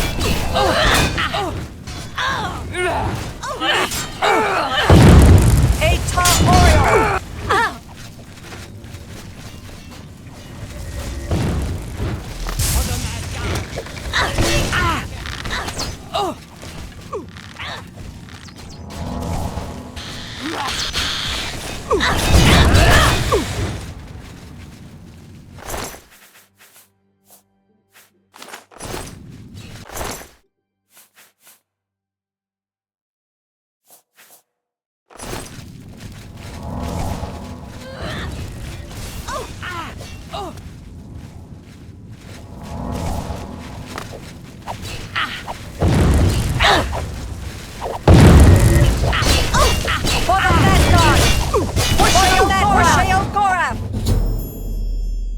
The Dark Seducers of Larn have been utterly destroyed.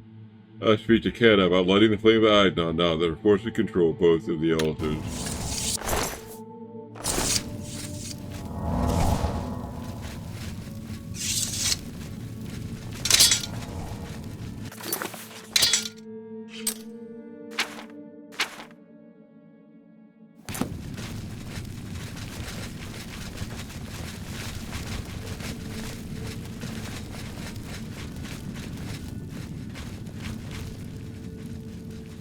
Thanks to you, the Maskin have been utterly defeated.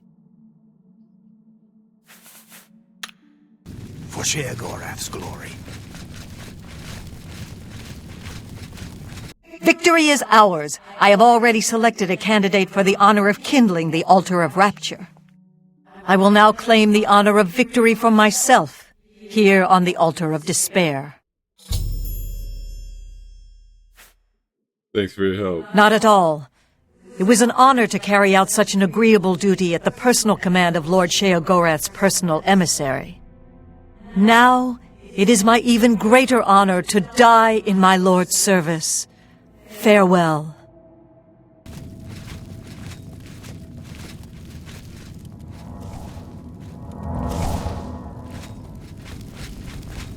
You've served Sheogorath well.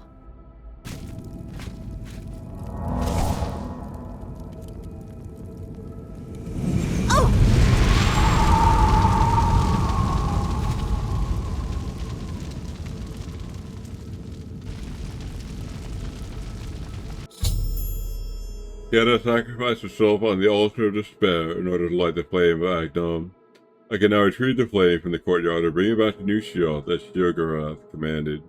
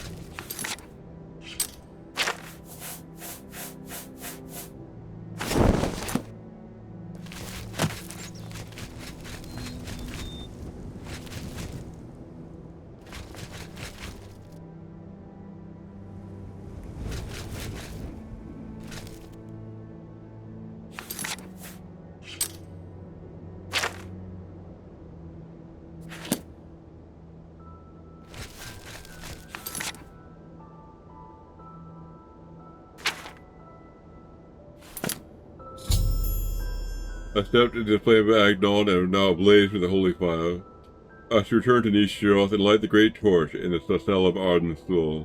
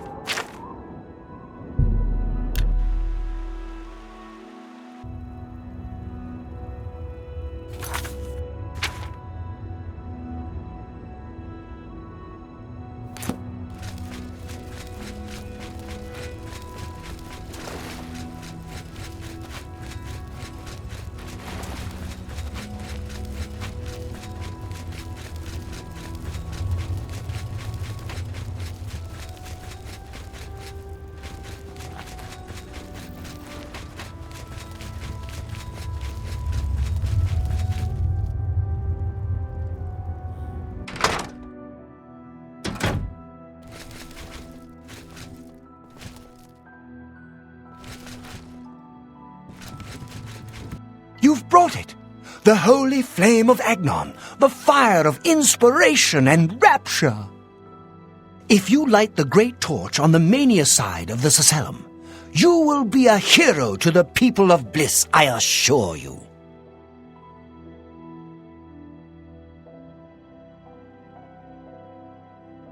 I was leaning towards Dementia. You should know that in addition to the adulation of the people of bliss, there is also a more earthly reward. The hero who lights the great torch for mania is traditionally awarded the raiment of Arden Sul. Not that this should influence your choice at all. Now, what do you say? Let me think about it. Do not think about it. Dream about it. Let your mind soar on flights of fancy. I know you will choose well in the end.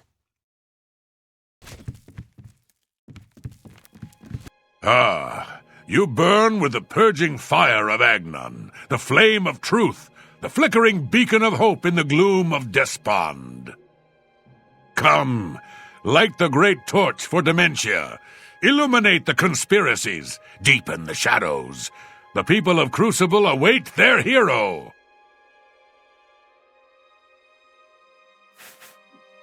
I was thinking about Mania, actually. Oh, no! You don't want to do that. Don't believe their lies. They are no true friends. Don't you see it? How they whisper behind your back. No, light the torch for dementia, and you'll see how we treat our friends. Dementia takes care of its own. Few know that the hero who lights the torch for dementia is granted the Ring of Intrigue, a boon for those who would gain access to hidden knowledge. Surely you will do what is right, won't you? Let me think about it. Yes. Let your mind worry at the problem. Let fear and dismay over making the wrong choice sink their talons deep into your brain.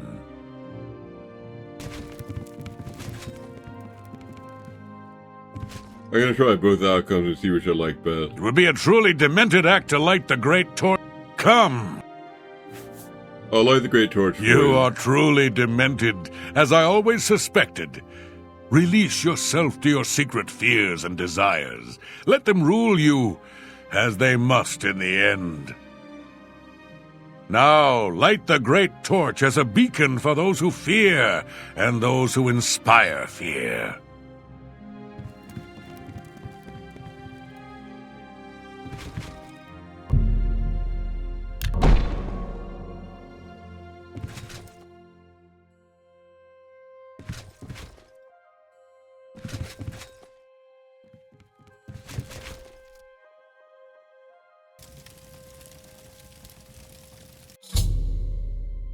She reports to Shogorath that I've lit the great torch as he requested. The great torch flares with the light of dementia. All of Crucible will be celebrating tonight. Here, take this. The reward you have earned. Quickly now. It's best if no one knows you wear this. Pleasure and pain be with you.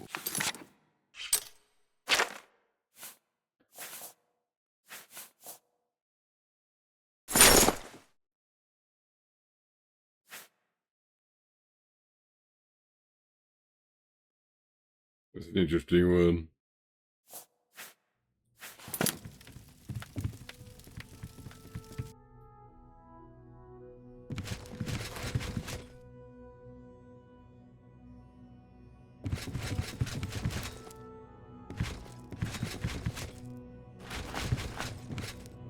So, I knew I saw the glint of true mania in your eyes, my child. Go now and let the holy flame inspire the people of Bliss to new heights of madness.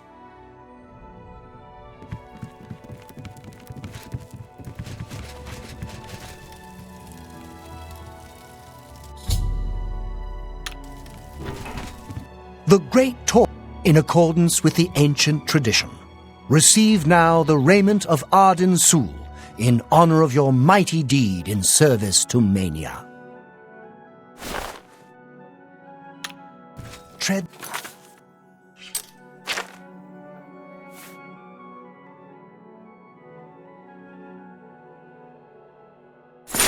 I'll take this one. Fortify intelligence 7 points on stealth, skill 13% on stealth, resist paralysis 20% on stealth, fortify willpower 7 points on stealth. That's an improvement of what I've got. Shield 8% on stealth. Looks nice too. I'll just take it. The humble path and find enlightenment.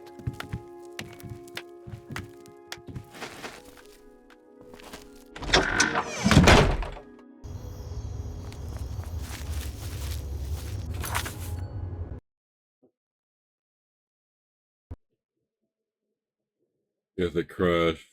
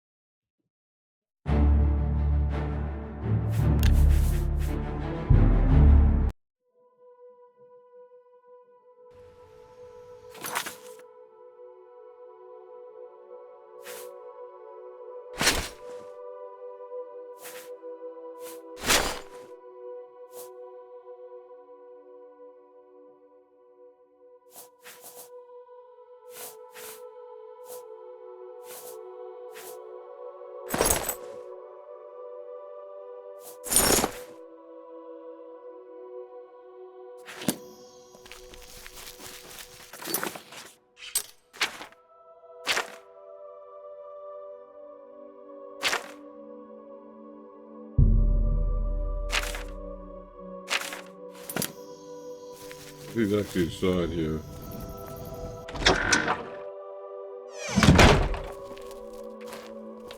What? You're talking to me, and I don't like you. Goodbye. Hello. Aren't you off to a good start? That's important. For me. Really, your work is going to save me a lot of time. The Grey March is upon us, and the ordering begins. Armies of order, sweep my realm! Death! Destruction! Then I have to pick up the pieces. And there are always lots of pieces. I don't like it, having to rebuild my realm every era. Sometimes I forget where things go, like New Sheoth. I can never remember where it belongs. You'll change that. Break the cycle. You'll stop Jigalag, and I'll have my realm to come back to. I've never actually tried that before. Oh, I can stop the Grey March. Why not? Something has to work. Once I dug a pit and filled it with clouds. Or was it clowns? It doesn't matter. It didn't slow him down. To be honest, it wasn't the best idea. And it really began to smell. Must have been clowns. Clouds don't smell bad. They taste of butter. And tears. But this is all new. A fresh fresh idea! Something I hadn't thought of. Until I did. It's sure to work, even though it might not. What now? Now? You'll need the respect of my citizens. They'll need a leader, someone to look up to when I'm gone. They're the backbone of any great land. Except where the backbone is an actual backbone. Ever been to Malakoth's realm? Oh, nasty stuff. But back to the business at hand. You'll need to control one of the courts of madness. Replace a current duke, or duchess, whichever. That will command respect. The people will rally around you. You'll have their love, their admiration, their complaints, whatever, as long as it keeps them on our side. Would the dukes be displeased? No. No. Absolutely not. Well, yes, absolutely. Bit of a shame for them. But sometimes you need to break a few eggs. Or skulls. There are rules, though, even in the Isles. Rituals and rules. You need to follow them. Speak to Arctis and Dervenin, the high priest at the Sacellum Arden Sul. They can explain what needs to be done. And you've always got our man Haskell to call on for help. Faithful, like a good hound, that one. And he looks better in a suit.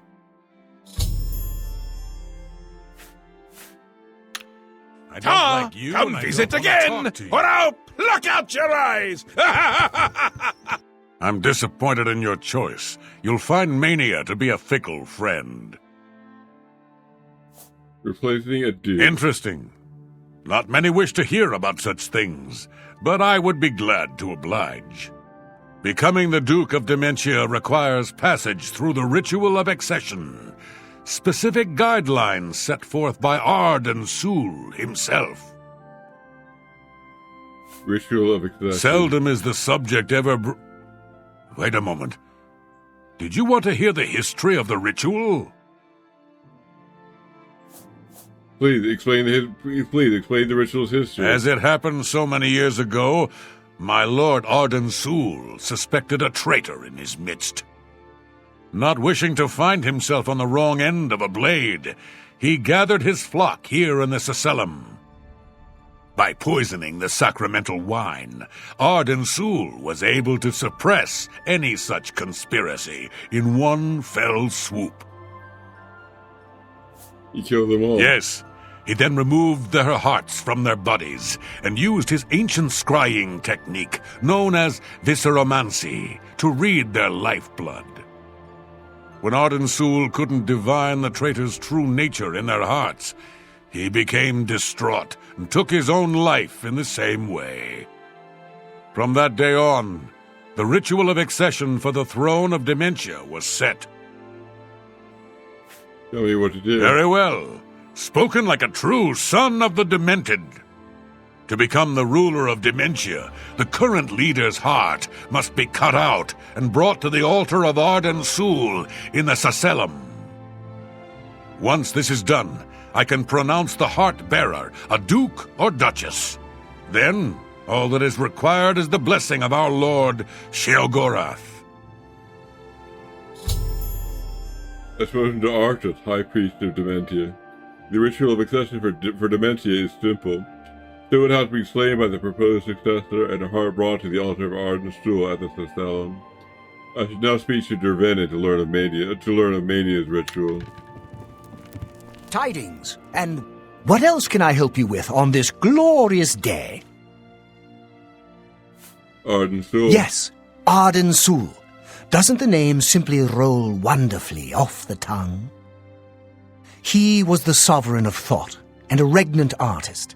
To call him a simple craftsman would not suffice. Know him as the artificer superior.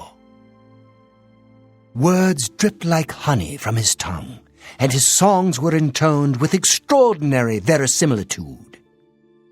Had we been blessed with his constant presence, the Isles would be a maniac's paradise. Ritual of An Accession. important part of our history, my friend. I would be glad to tell the tale if you have a moment. Describe the ritual's history. Arden Sul was perhaps the greatest duke to walk our land. Many years ago, he decided to hold a night of absolute indulgence, resplendent with dance, wine, and sex, to celebrate his fondness for his brethren. The green moat flowed like water in a stream as the revelers voraciously succumbed to its rapturous ways. This hardly sounds lethal. But it was. As the bacchanal reached a crescendo, the people began to clutch their chests as their very hearts exploded.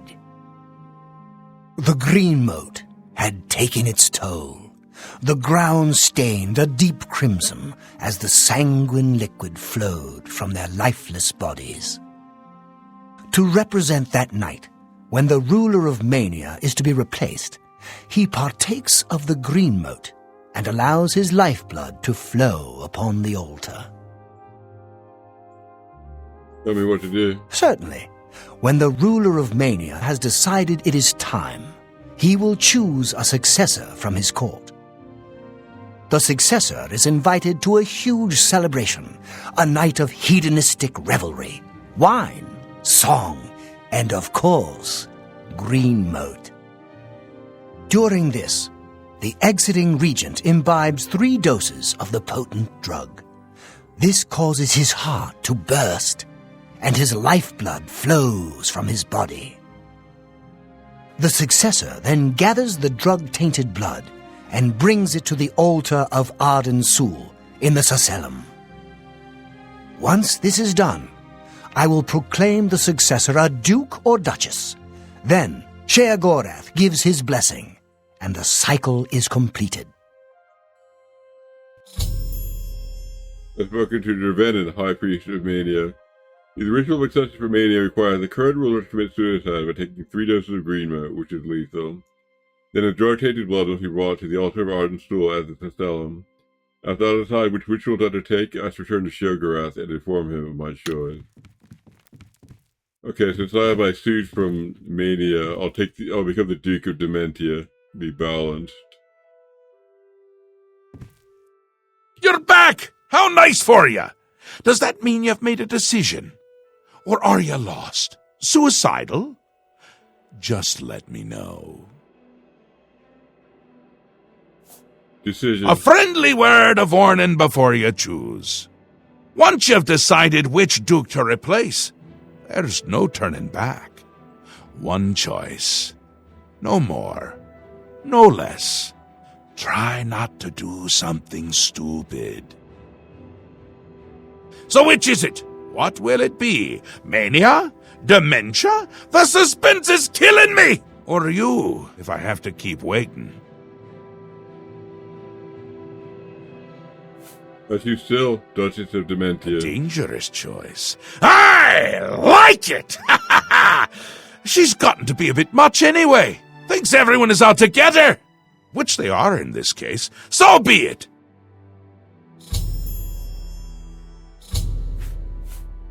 Syl is as crafty as she is beautiful. I'd watch my back if I were you. Oh, this is so much fun! We will speak when your task is complete.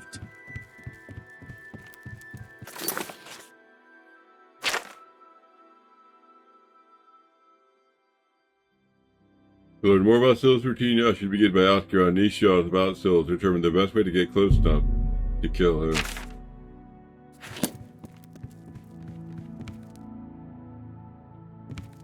Another sheep returns to the flock. Before I do that, I'm going to rest at the end.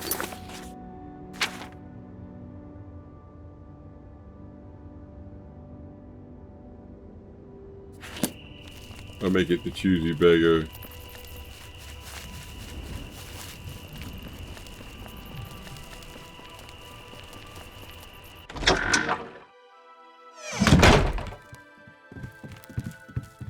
What do you need? All I can tell you is, Syl is rarely seen in public, and her staff takes care of the day-to-day activities. I'd check with Anya Herrick, her courtier, and Kitlin, her steward. Maybe they can help you. You take me for a fool? How do I know you aren't acting as an agent of dementia? Yeah, sure. Like I'm going to say something about Syl's court to the likes of you. Say what you're going to say. Yeah, you can't That's a... Don't waste your flattery on me. Is not bad. Don't... I salute you. Don't... Great... Is... That's pretty good. You can't scare me. Don't... I salute you. What none... Such... Sure, that's... Yeah, don't... Such adventures. How I envy you. Shh, the walls have ears. I hear that in light of recent events at the palace, Anya Herrick is more loyal to Syl than ever. In fact, she rarely leaves her side. Well, I've heard that recent events in Syl's court have made Kitlin a bit disillusioned with its leadership, but you didn't hear that from me. Goodbye. Ah, you're the one who lit the great torch for us. Well done. Good. You want to stay here for a night, eh? Just for sleeping. You keep to yourself, mind your business, and stay away from my wife. The room is 20 gold for the night. You want to stay or not? I'll take Good. it. The room is on the second floor, right across from the stairs. Sleep soundly. Bye.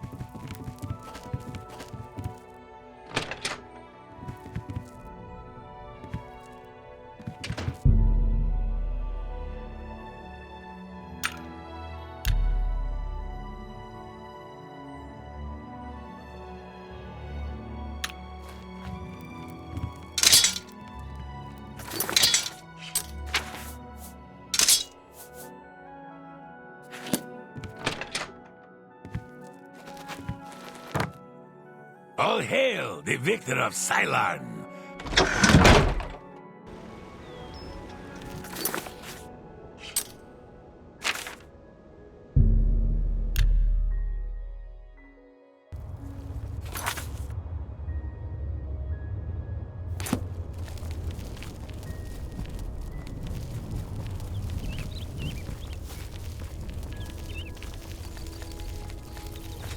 Speak, citizen.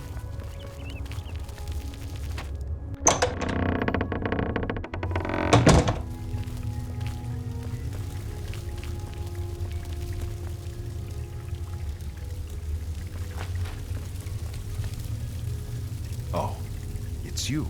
Ah, good to see you again. Say what you're going to say.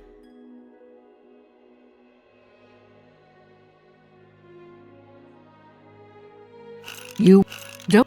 Sorry. Gracious, what a hero. Don't talk such rot. That... Not... What? Gracious, what a hero. That's... You've got... Don't talk such rot. No. She is staying well out of sight. No need to take unnecessary risks. I maintain a close watch on her. She fears that Sheogorath no longer favors her presence and wants her replaced. Replaced. Huh, you're mad. Syl has yet to be bested in any combat. Unless... Well, if you think you have a chance, how do I know this isn't some sort of trick? Replaced. Huh, you're mad. Yes? I'll take that and thank you. How nice. Perhaps I've misjudged you. All right, I'll help. Just remember me when you take over her position. What can I do to help you? I need to get close to her. Well, the best I can offer is help with the guards. I can distract at least 2 of them and get them to leave her wing of the palace. That should help you to get in there a bit easier. I've informed Andy Herrick of her plans to replace Syl. She seems somewhat hesitant, but claims she'll create a distraction and rid the interior of the dementia wing of the palace of its elite dark seducers. I should now attempt to speak with Kithlon. What is it you require? Make it quick. Don't talk such rot. That's it. I doubt it.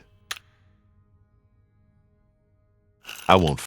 I doubt it. Not now, not later, not ever. What nonsense. I won't. I doubt it. Don't try to. I doubt it. I'll take that and thank you. How nice. You're good. Yes. I see you may have what it takes to replace her. Very well. What is it you need from me? Can you get me close to her?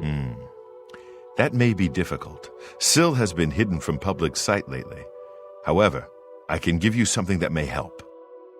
Take this key. It should unlock any door in her wing of the palace. You still need to be wary of her seducer guards, but it should help.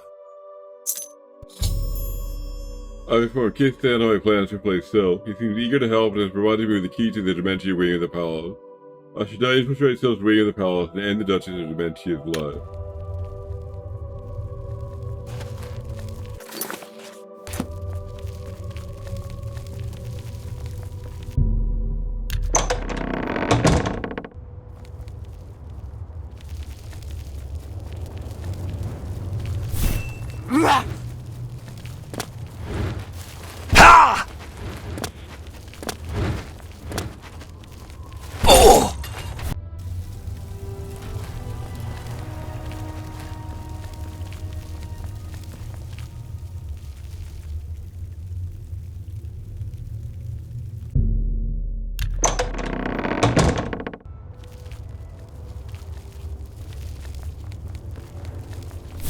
Maskin! Atom!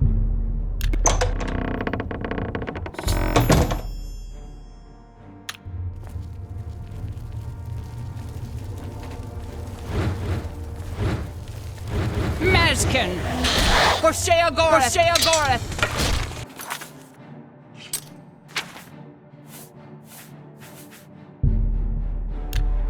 Maskin! There's no need to For get the violent. Mad God! Do your worst.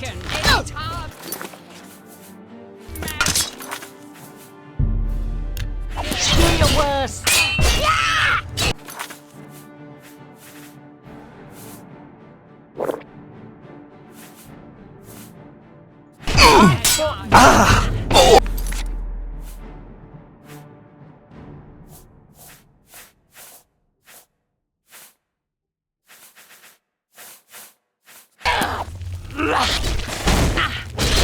For the Mad God!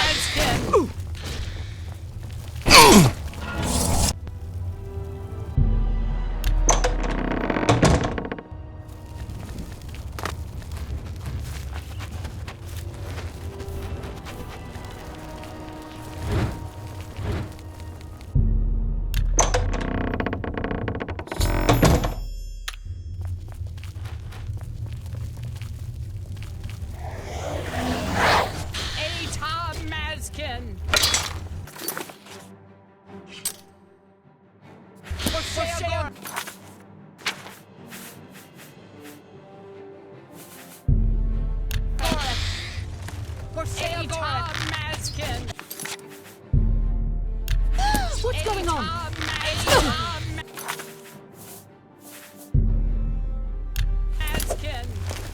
I'm just warming up, you pathetic worm. Do your worst.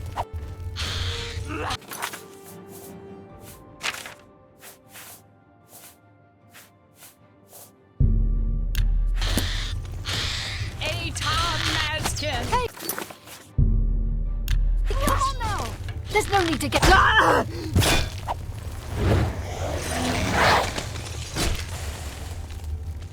Mazkin! You're out.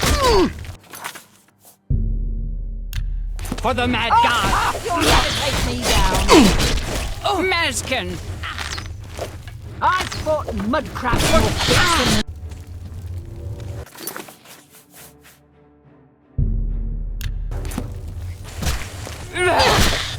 For the mad god! Get this For over the with. mad god! Die!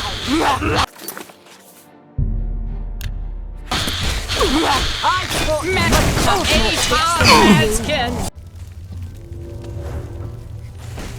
For Sheogorath! Atar Mazkin!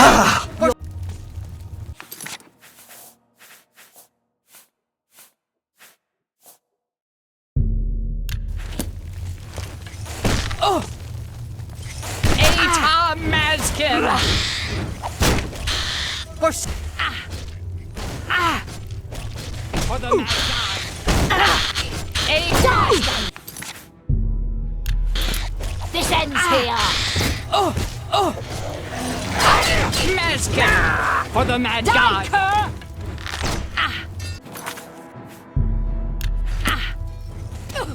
Die! Run away!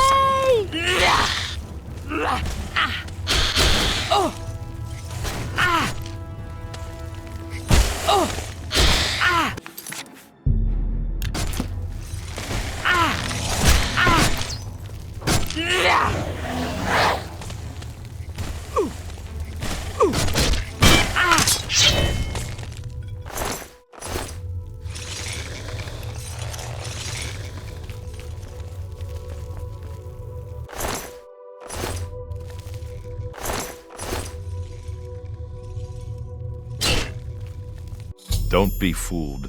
The ritual isn't over. The body on the bed isn't Syl, but merely an impersonator. The real Syl uses many such decoys to throw would-be killers off her trail. Syl has made her escape through the hidden tunnel in the gardens outside her quarters. She must not get away! Be wary. I fear that her escape may be a ruse to lure you into an ambush.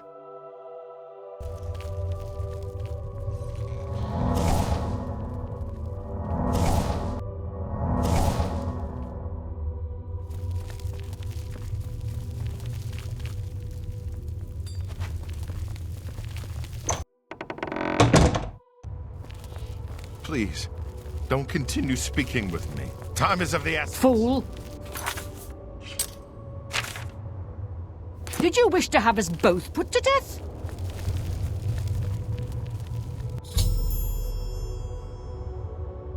I've discovered the secret door Keith Ladd described. I shall activate the hidden switch and proceed inside in pursuit of Syl.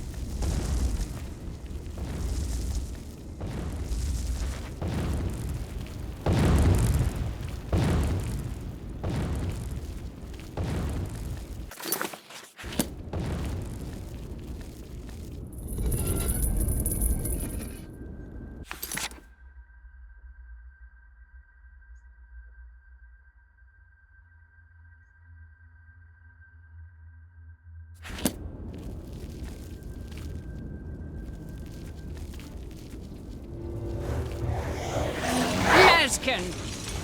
Mazkin!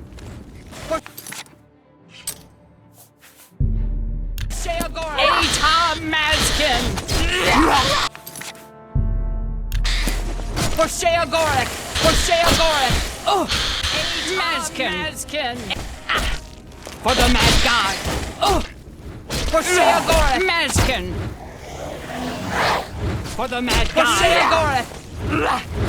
Oh! Atar Mazkin! Atar Mazkin! Atar Mazkin! Atar Mazkin! Atar Mazkin! For Sheogorik!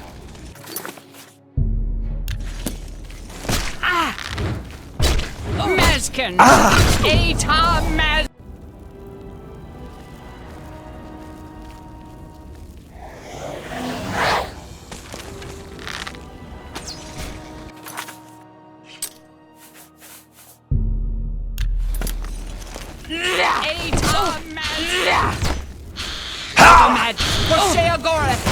Mazkin!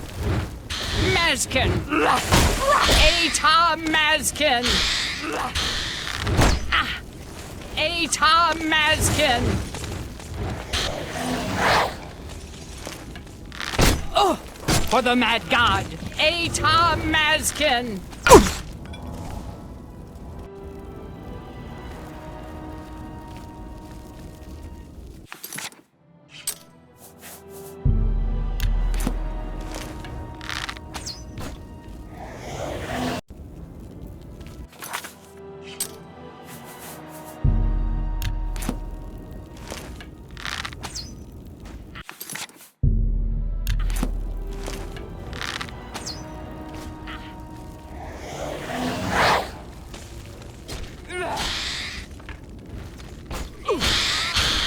Mazkin!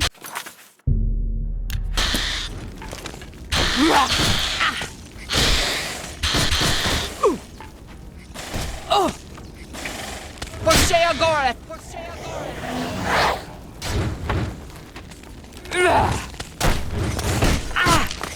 Oh!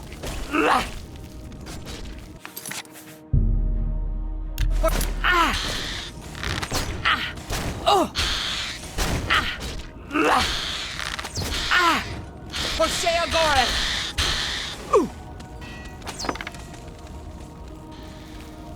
For the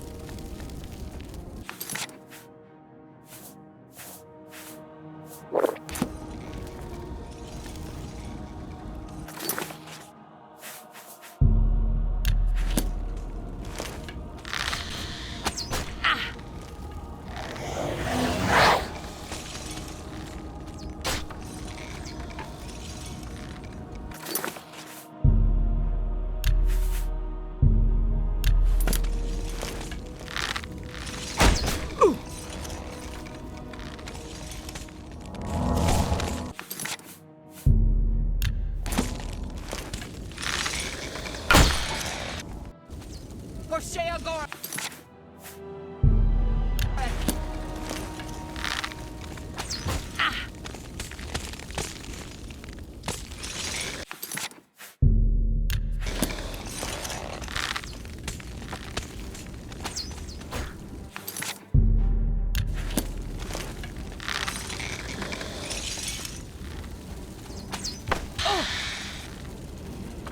For the Mad God! Atar Mazkin! For the Mad God!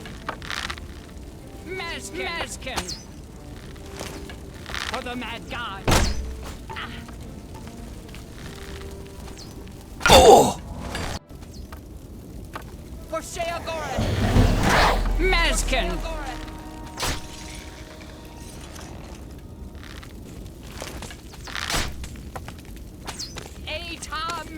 Mazkin! For Sheogorath!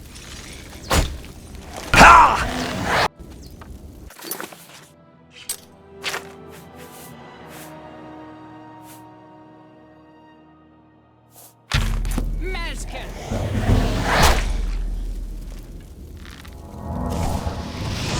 For Sheogorath!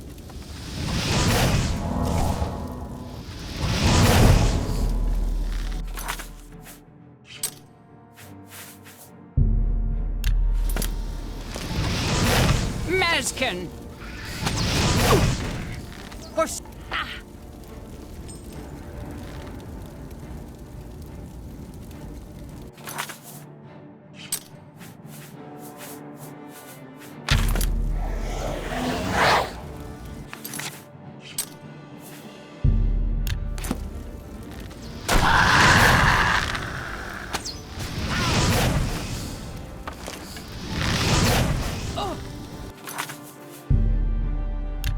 Mazkin! For Sheogorath!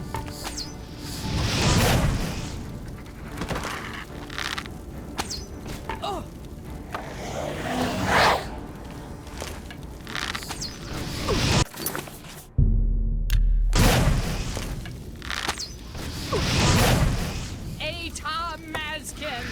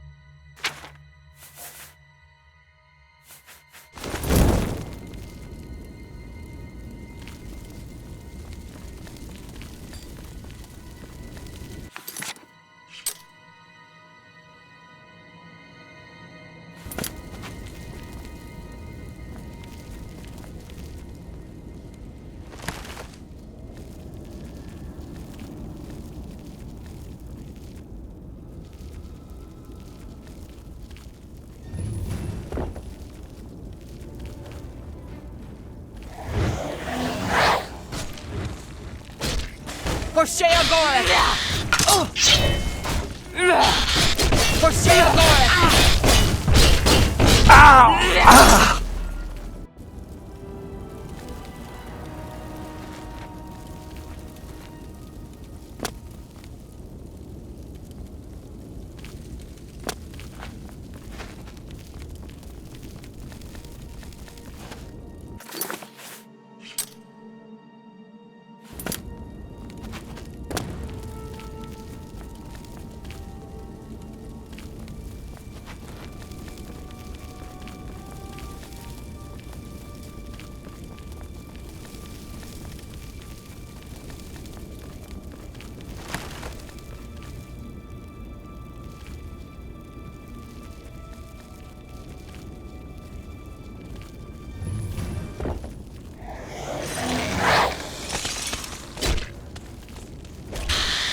Atar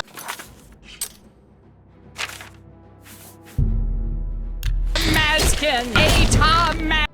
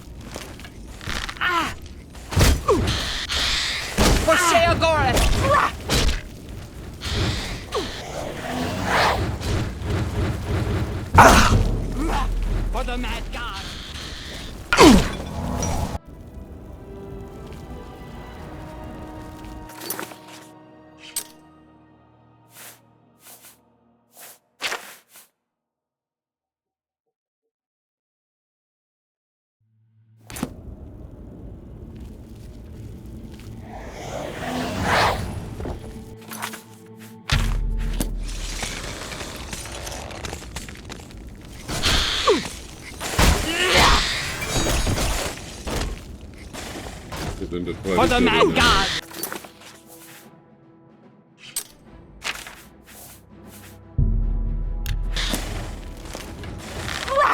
Mazkin!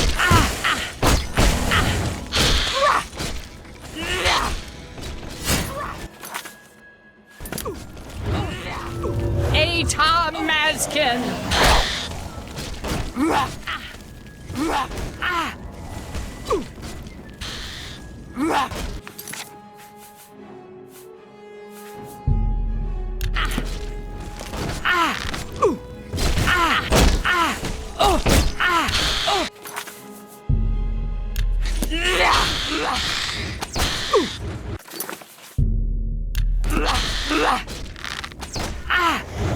For the mad god!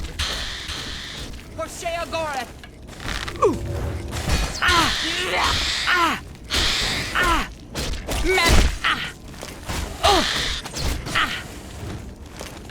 What?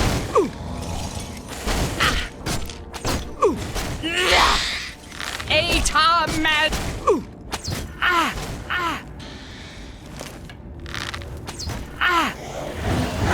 For the mad god!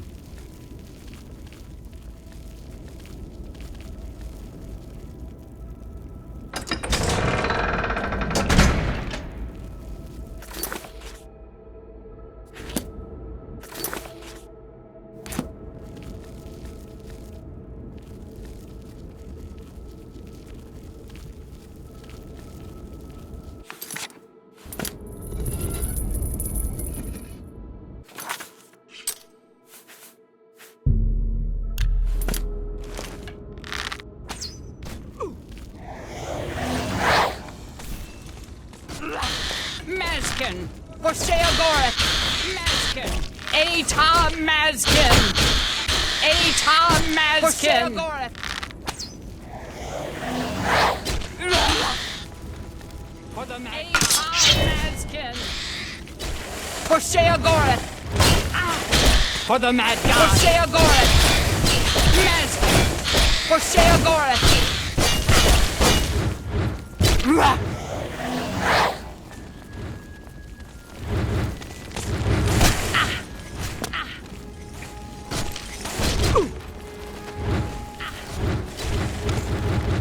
Mazkin! Atom Mazkin! Ha! Mazkin! Atom Mazkin! For Sheogorath! Mazkin! Atom Mazkin! For the mad god! For the mad god!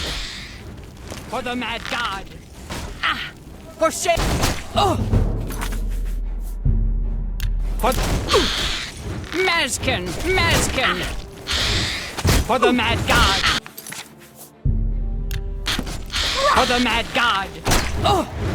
For the mad god! For the mad god!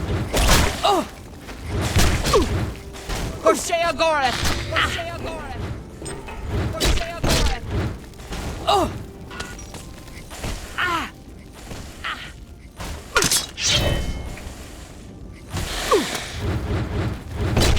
Mazka! Hoshea Goreth!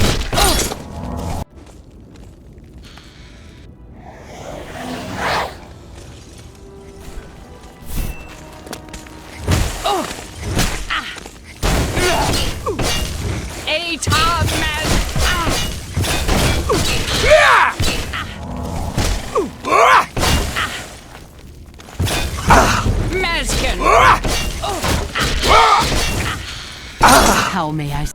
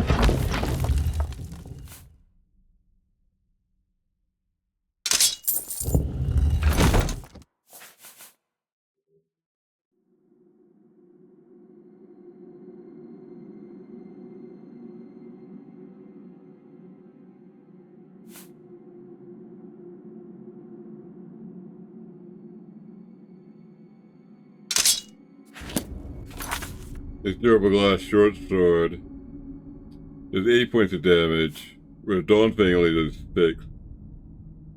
But Dawnfang has some magic. I guess I'll stick with Dawnfang for now.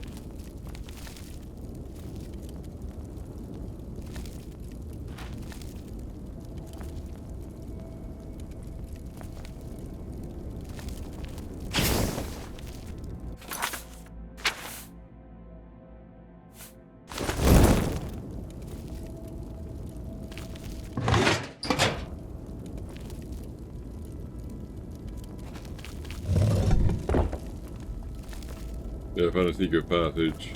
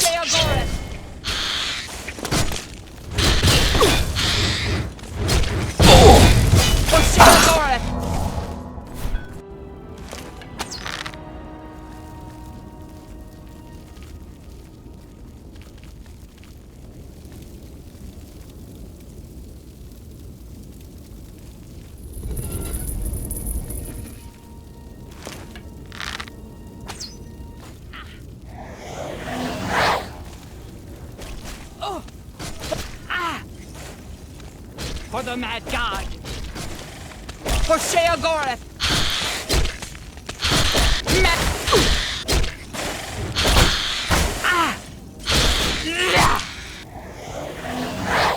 Mazkin. 8. Mazkin. For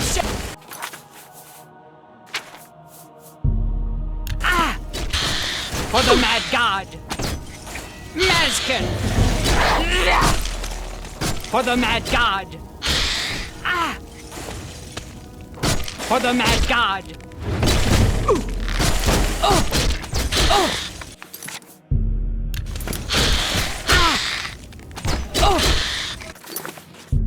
For Sheogorath.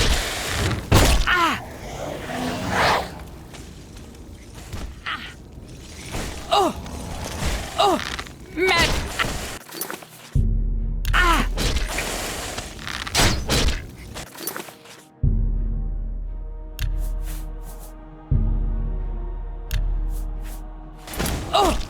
For the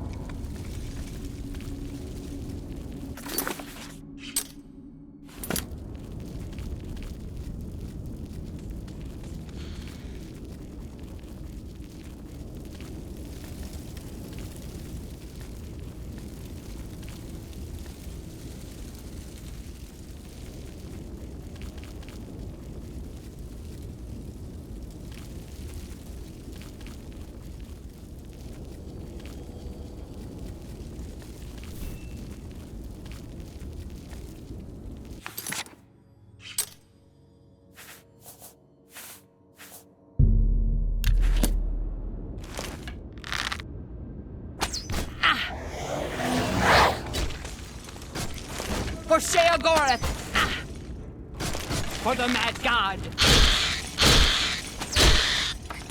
Atam Mazkin. For the mad god.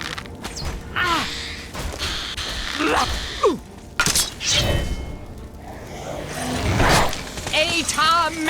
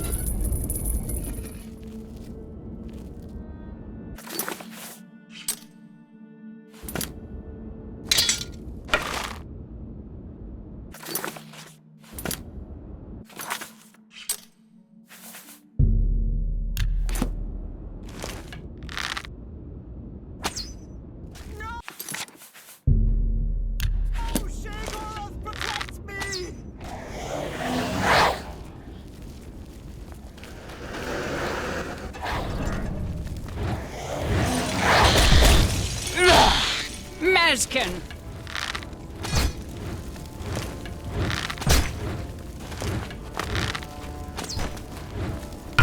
Feed on your end.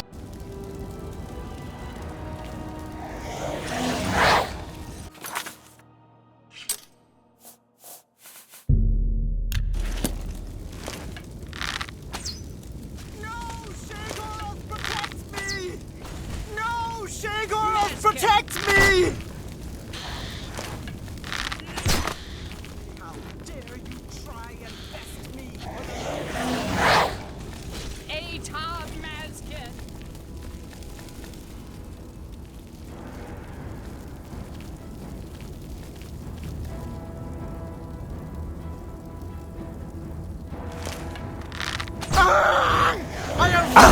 to the death!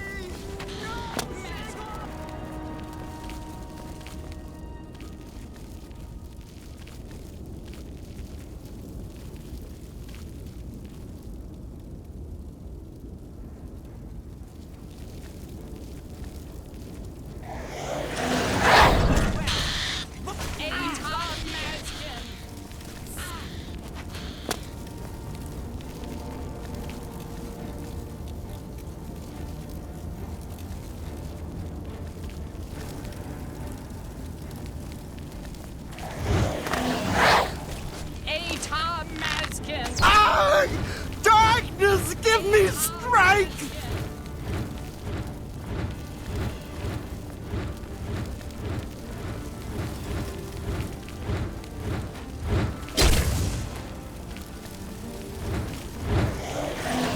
Smash your...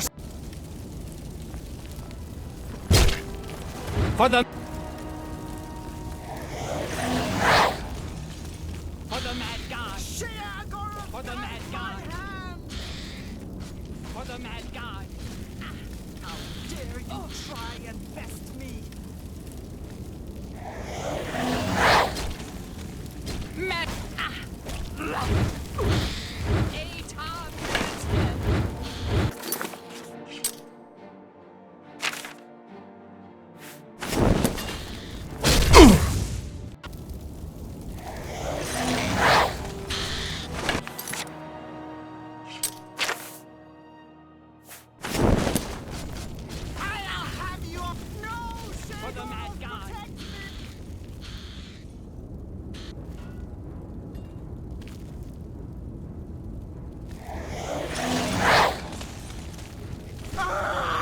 I'll fight you to the death! Darkness, give me strength! No, Shagor of protect me! I'll fight you to the death!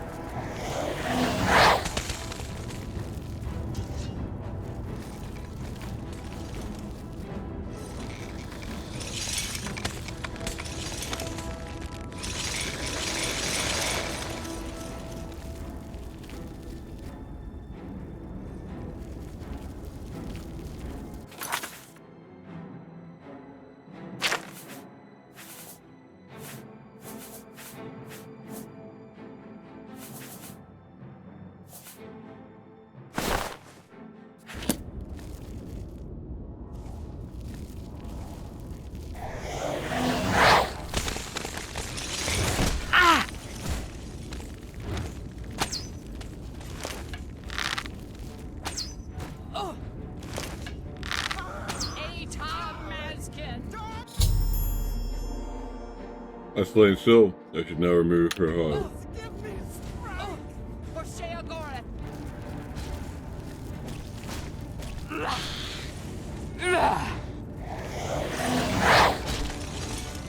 Atar Mazkin! Ah! Ah! Ah! Oh! Ah!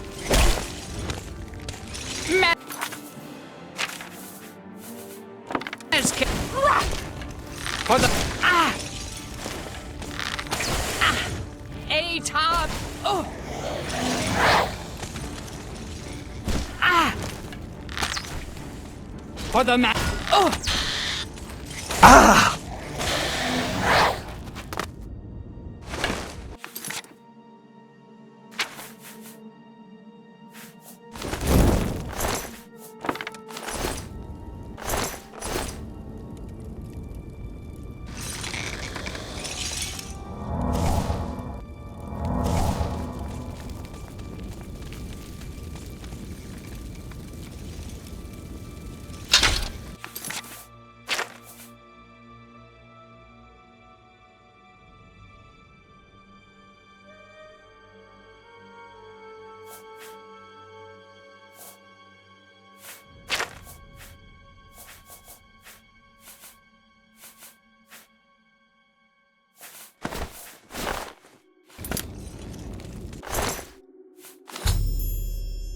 I've removed Sill's heart.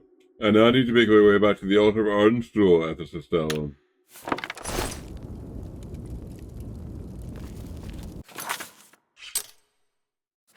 See if there's anything over here.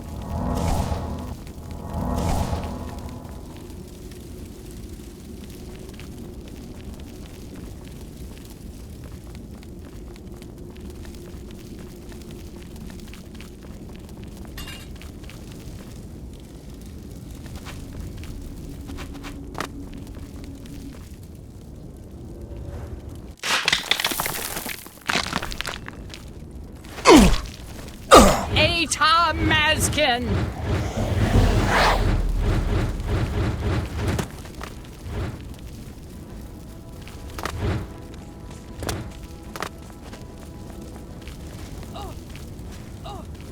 Mazkin! Forsheagoreth! Eta Mazkin! Mazkin!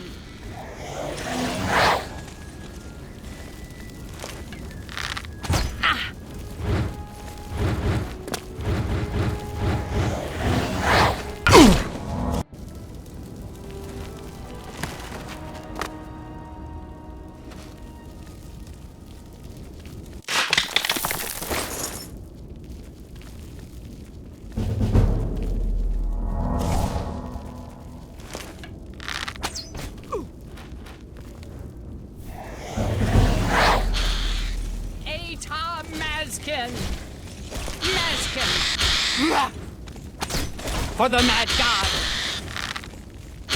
For the mad god!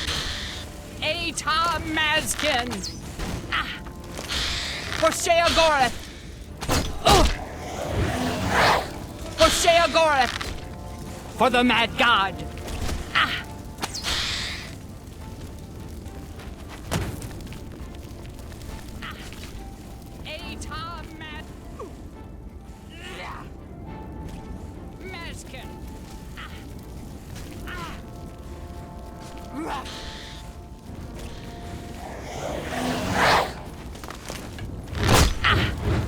For Sheagoreth!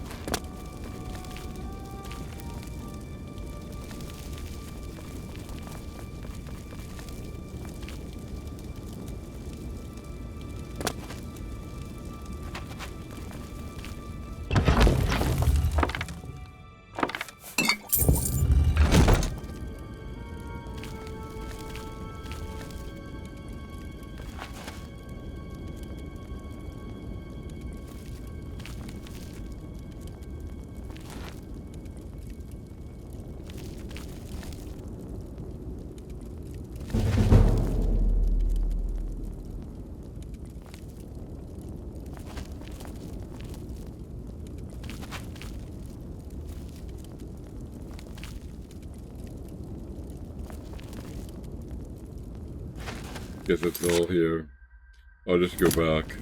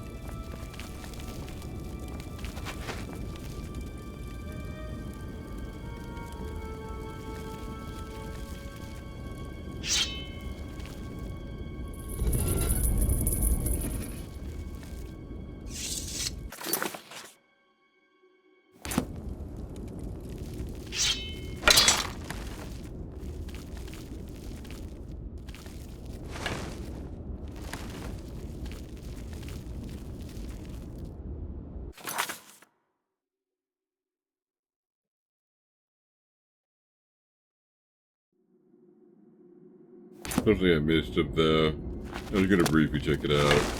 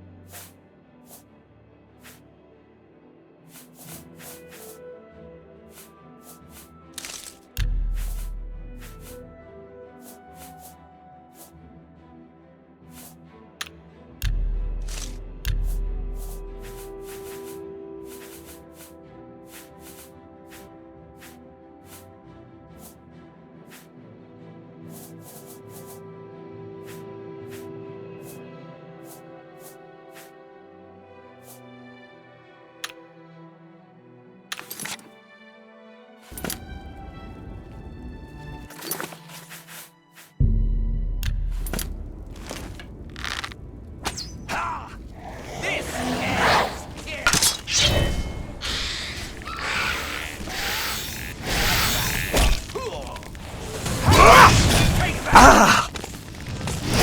Ow!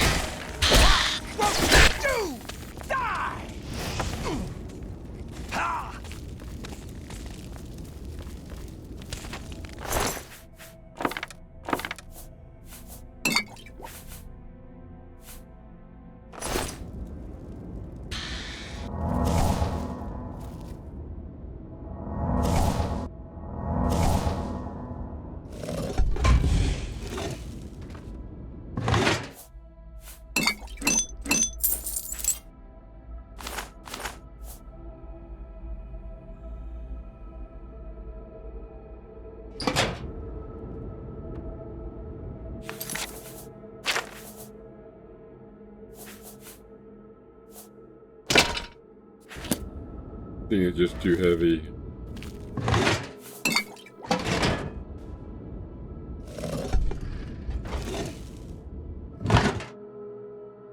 Let's go with this.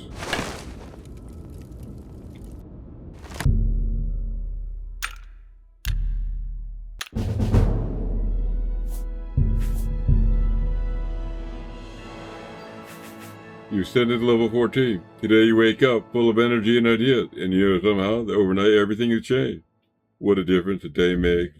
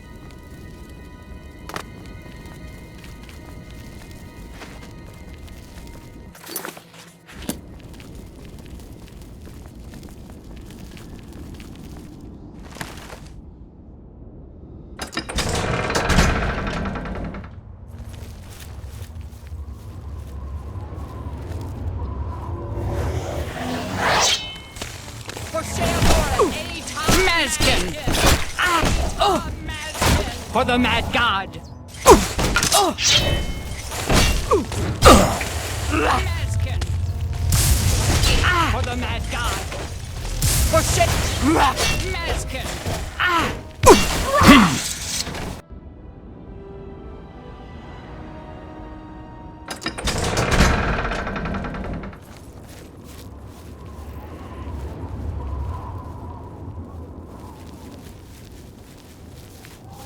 For the mad god! For Sheogoran! Ah! Oh!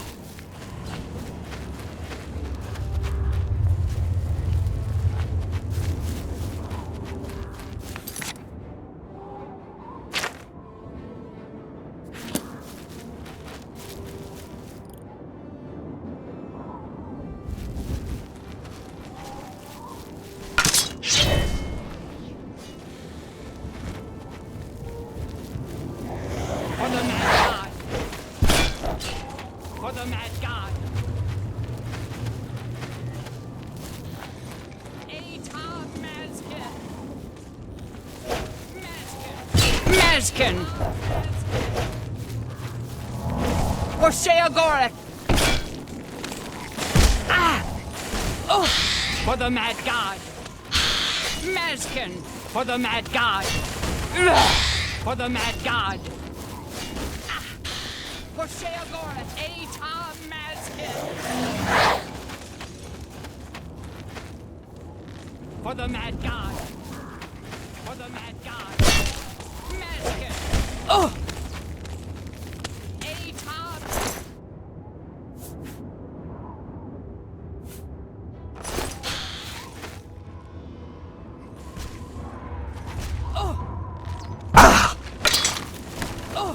For the Mad God!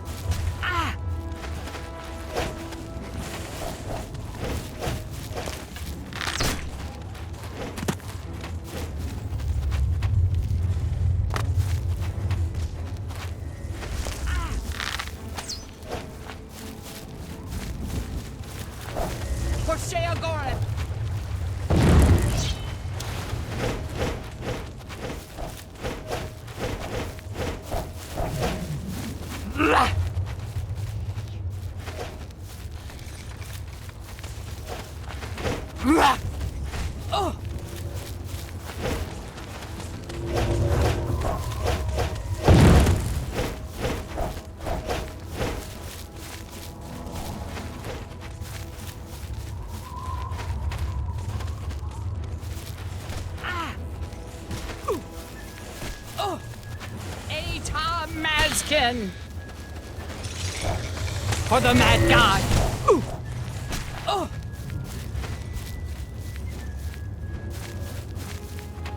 Atar for the Mazkin!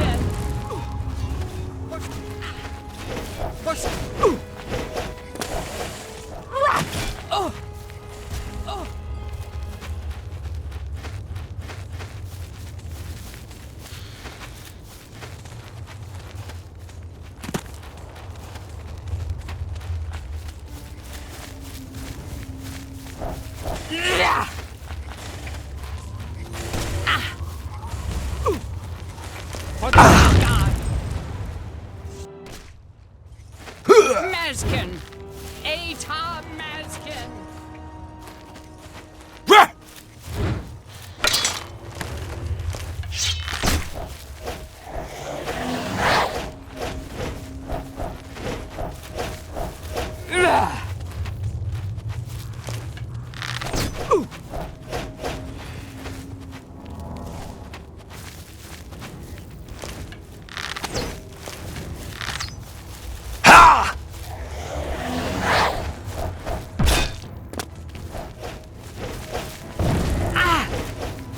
For the Mad God!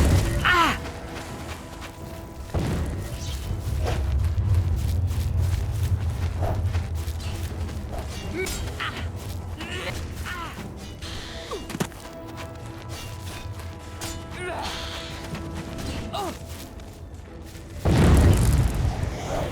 Gorshea Goreth! Ah! Mazkin!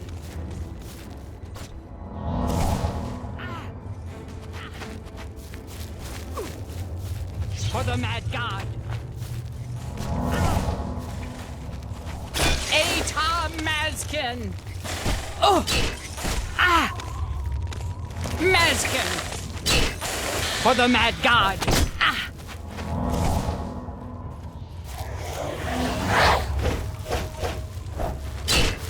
Atar Mazkin!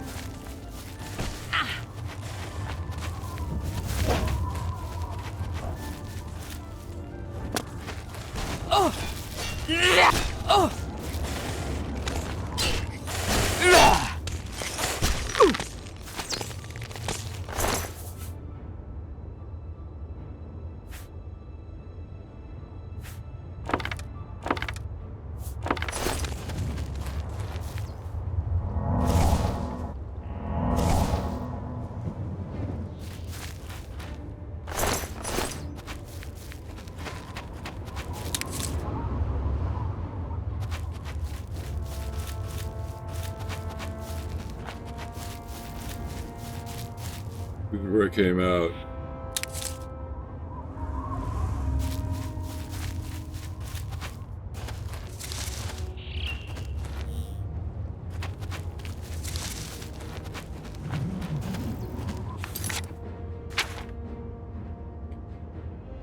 Okay, I'm gonna go back to town.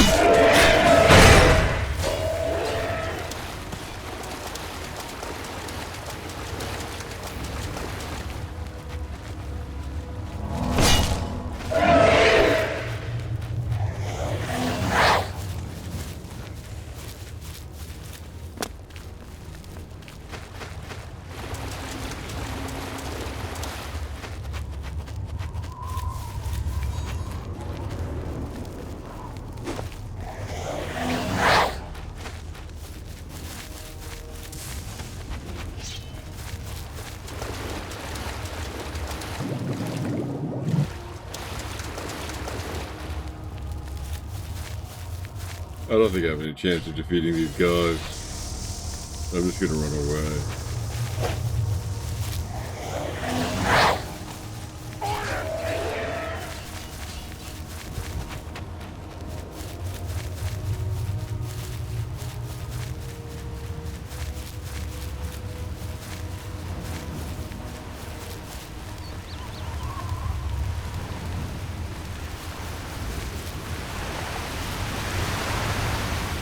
Oh!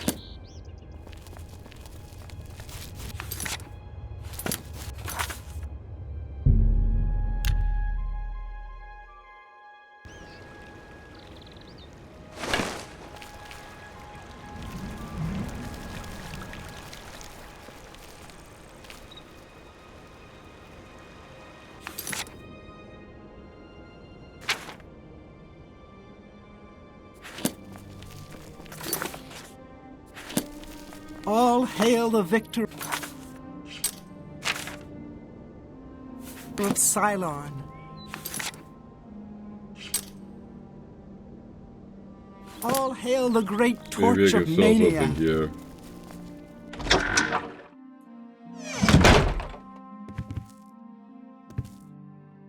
Speak, madman. I have much to offer, and I'm always on the lookout for more.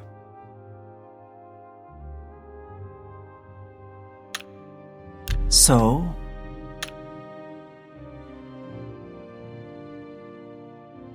What what a dumb joke. Don't what? That's really? And what? I accept. I have no choice. Don't. Sorry. No more. You're frightening me. You're good. I have much.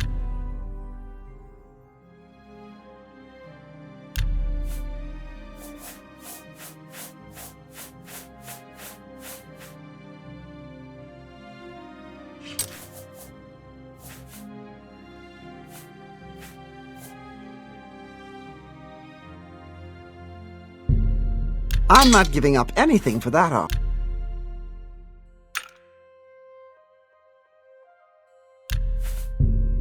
That seems fair to me.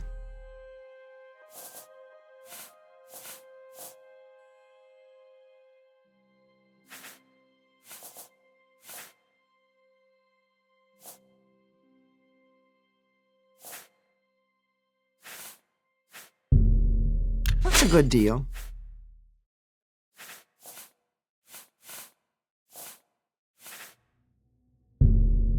Seems a fair bargain to me.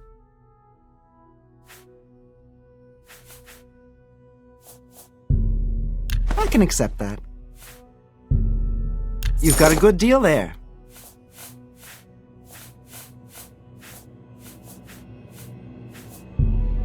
Seems a... That seems... That's a good deal. You've got a good deal there. That seems fair to me. That seems fair to me. That seems a fair bargain to me. You've got a good deal there. That seems a fair bargain to me. That seems a fair bargain to me.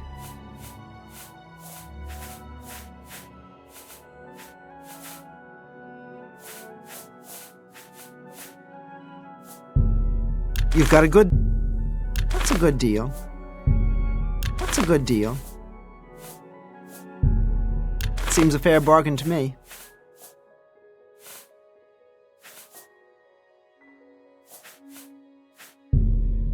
I can accept that. If you have... Bye.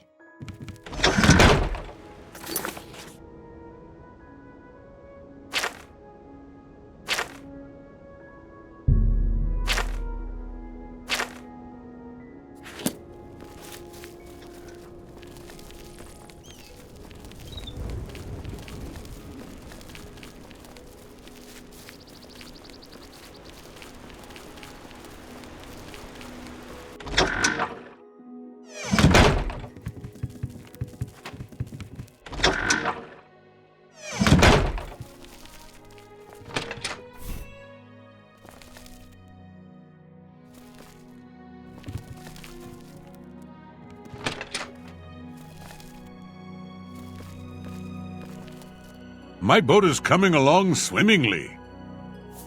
I see you found some. Frankly, I could use all of them. Are you willing to sell them? 5 gold each, just like I told you, next week. Yes, right here. Excellent. Here's your money. I should have paid you last week. I'm dreadfully sorry about the delay. None? Take care.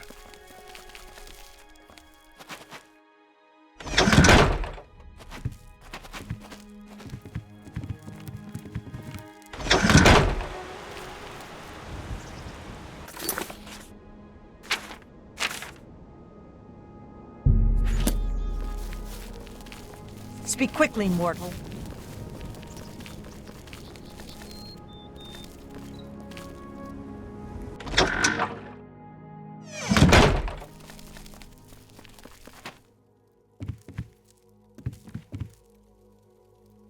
You have things to do.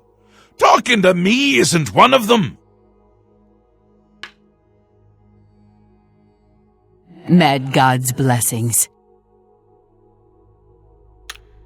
Walk with our Lord.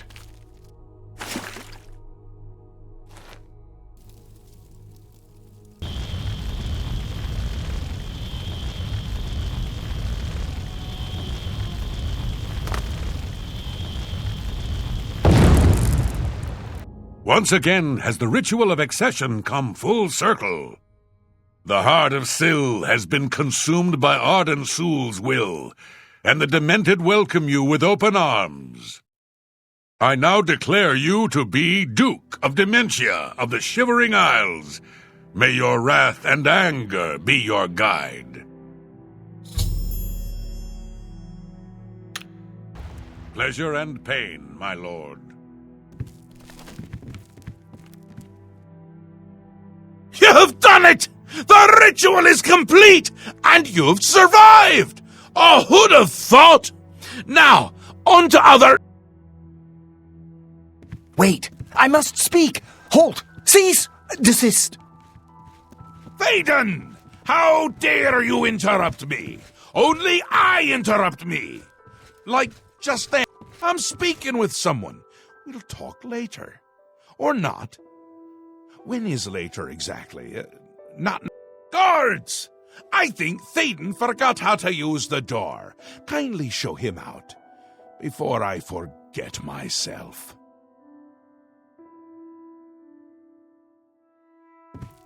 Syl?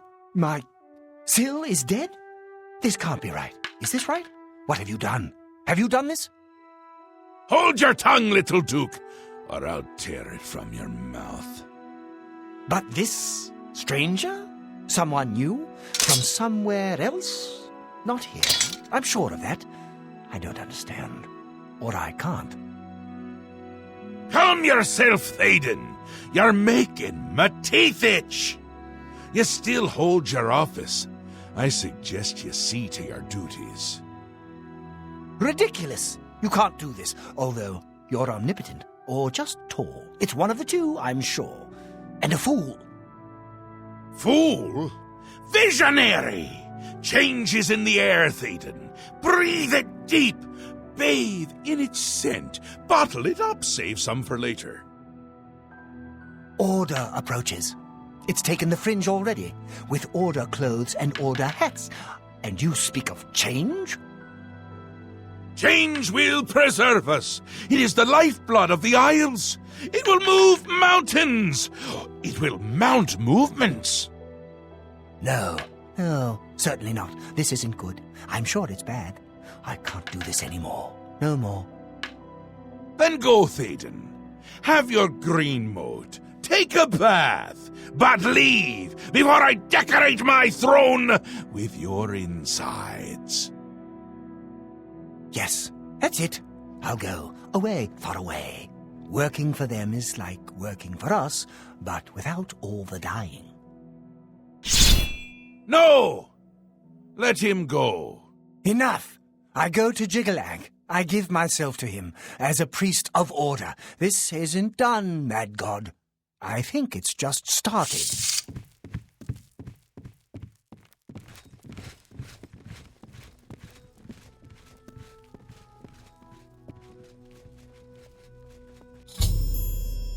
After informing Sheogorath of my victory, Thaden, the Duke of Mania, became furious.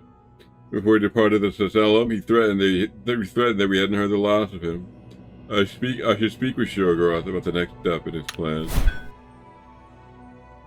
Wondering why I let him go, aren't ya? I can see it in your face. Mostly in the eyes. I may take those from you when this is done. This has never happened before. The ruler of Mania, turning traitor. Unprecedented. But different is good. A new act in this play. Maybe we're onto something here. We'll see how it plays out. It can't be worse than what's happened before. If you say so. I do. I did. And I won't say it again. But that's enough about that. You're the ruler of dementia. Just look at you. You're positively beaming. You now have the power to summon dark seducers. They've always served the Duke of Dementia. I think they have a thing for pain.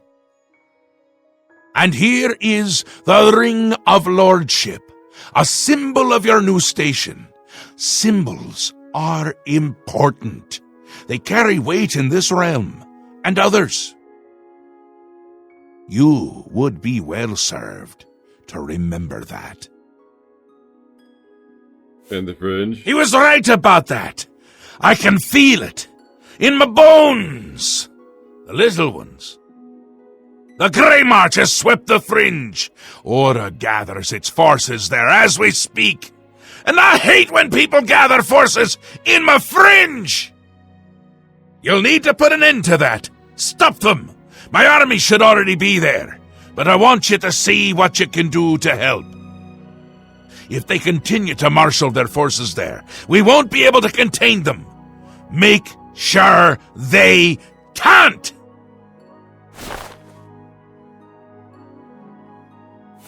They'll get more and more active as the Grey March continues.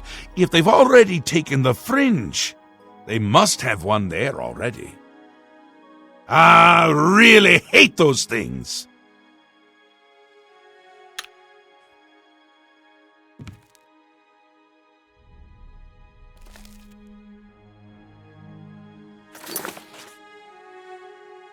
Angry over Sill's replacement as the Duchess of Dementia, Thaden has betrayed Sheogorath and joined with the forces of Order. According to Thaden, Order has already taken the fringe. I should travel to the fringe and investigate his plans.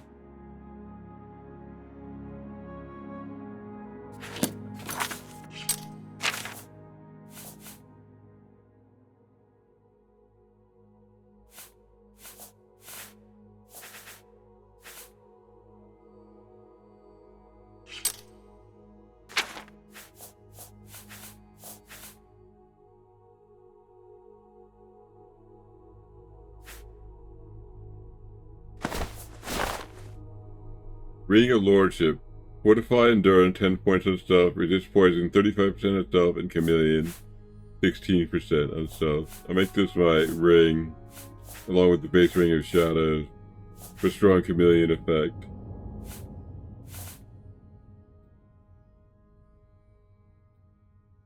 I keep the Ring of Happiness for occasions when I need to walk in water or I'm carrying a lot of weight.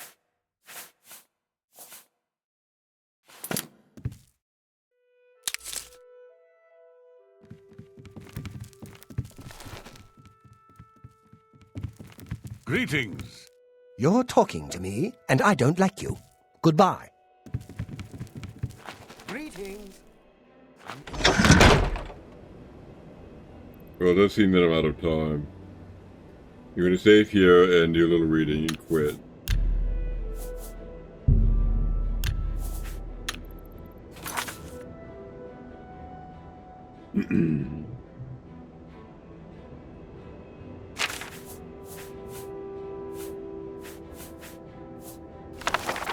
Myth of Shoggorath by Mimophonos. Shoggorath invents music. In the earliest of days, in a time when the world was still raw, Shoggorath decided to walk amongst the mortals. He donned his guise of gentleman with a cane and moved from place to place without being recognized. After 11 days and 11 nights, Shoggorath decided that life among mortals was even more boring than his otherworldly existence. What could I do to make their lives more interesting, he said to himself. At the same moment, a young woman nearby commented wistfully to herself, "The sound of the birds are so beautiful." Shoggorath silently agreed with her. Mortal could not make the beautiful and inspired calls of birds. Their voices were wretched and mundane. He could not change the nature of mortal, for that was the purview of other Daedric princes. However, he could give them tools to make a beautiful sound. Shoggorath took hold of the petulant woman and ripped her asunder. From her tendons he made lute. From her skull and arm bones he made a drum. From her bones he made a flute. He presented these gifts to the mortals, and thus music was born. Shoggorath and King Leander. King Leander was known to be an exceedingly rational man. He lived in a palace that was a small, simple structure, unadorned with art and ugly to look upon.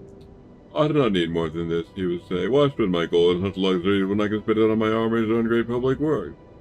His kingdom prospered under a sensible rule. However, the people did not always share the king's sense of practicality. They built houses that were beautiful to look upon, although not necessarily very practical. They devoted time and energy to works of art. They would celebrate events with lavish festivals. In general, they were quite happy. King Leander was disappointed that more of them did not follow his example and lead frugal, sensible lives. He brooded on this for many years. Finally, he decided that his subjects simply didn't understand how much more they could accomplish. They didn't waste time on these frivolous activities. Perhaps the reason they just needed more examples. The king decreed that all new buildings must be simple, unadorned, and no larger than necessary for their function. The people were not happy about this, but they liked their king and respected the new law. In a few short years, there were more plain buildings than ornate ones. The citizens used the money saved to make and buy even more lavish art and hold even more excessive celebrations. Once again, King Leander decided to provide them a strict example of how beneficial it would be to use their time and resources for more practical purposes. He banned all works of art in the city. The people were quite put out by this, but they knew their king was doing what he thought was best for them. However, human nature is not so easily denied. In a few more years, the city was filled with plain, simple buildings and devoid of any sort of art. However, the people now had even more money and time to devote to their parties and festivals. With a heavy heart, King Leander decided that his people were to be treated like children. And like all children, they needed rules and discipline laid down by great figures of authority to make them understand what was truly important in life. He decreed there should be no revelry in the city. Singing, dancing, and music were all banned. Even food and drink were limited to water and simple foodstuffs. The people had enough. Revolt was out of the question, and King Leander had a very well-trained and equipped army. They visited the shrines and temples in droves, praying to all the gods, and to some of the Daedric princes that King Leander would revoke some of these new oppressive laws. Shoggorath heard their pleas and decided to visit King Leander. He appeared to the king in his dreams of the field of flowers, each with arms and petals in the face of the mad god in the center. "I am Lord of the Creative and Lord of the Deranged. Since you have no use for my gifts of creativity, I decided to bless you with the abundance of my other gifts." From that day forward, every child born in the city was born into madness. This interest is not revealing innocence of the mind.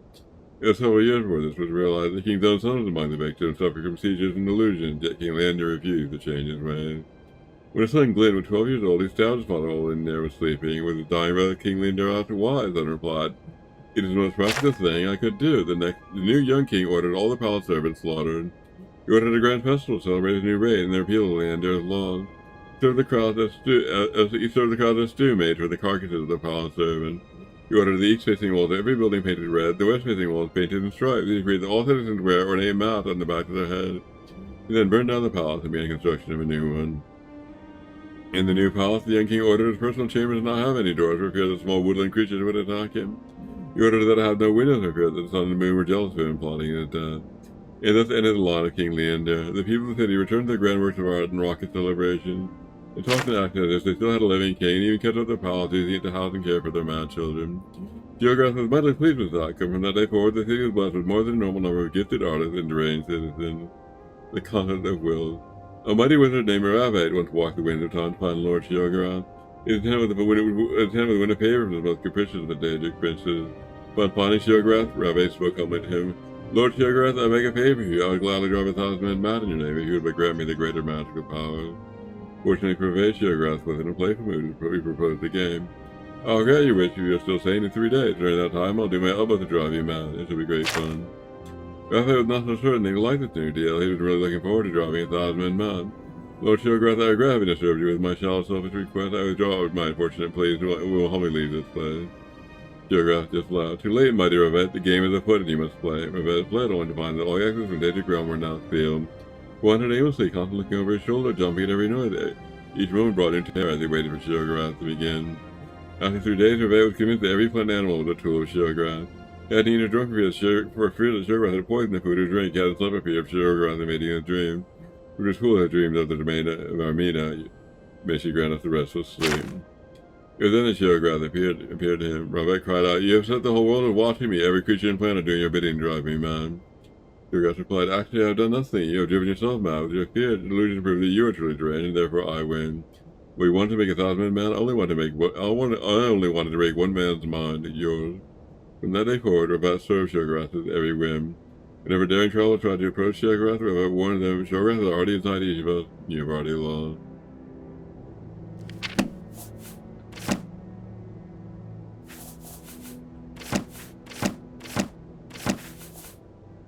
I'm just dropping stuff I've already read, even though it's a mess. Alright, I'm David E. from Larkin. I'm done for today. I resume on Monday from 9 a.m. to 2 p.m. and I'll post at YouTube, of course, at 6 p.m. Yeah, on Monday and on today also. That's all.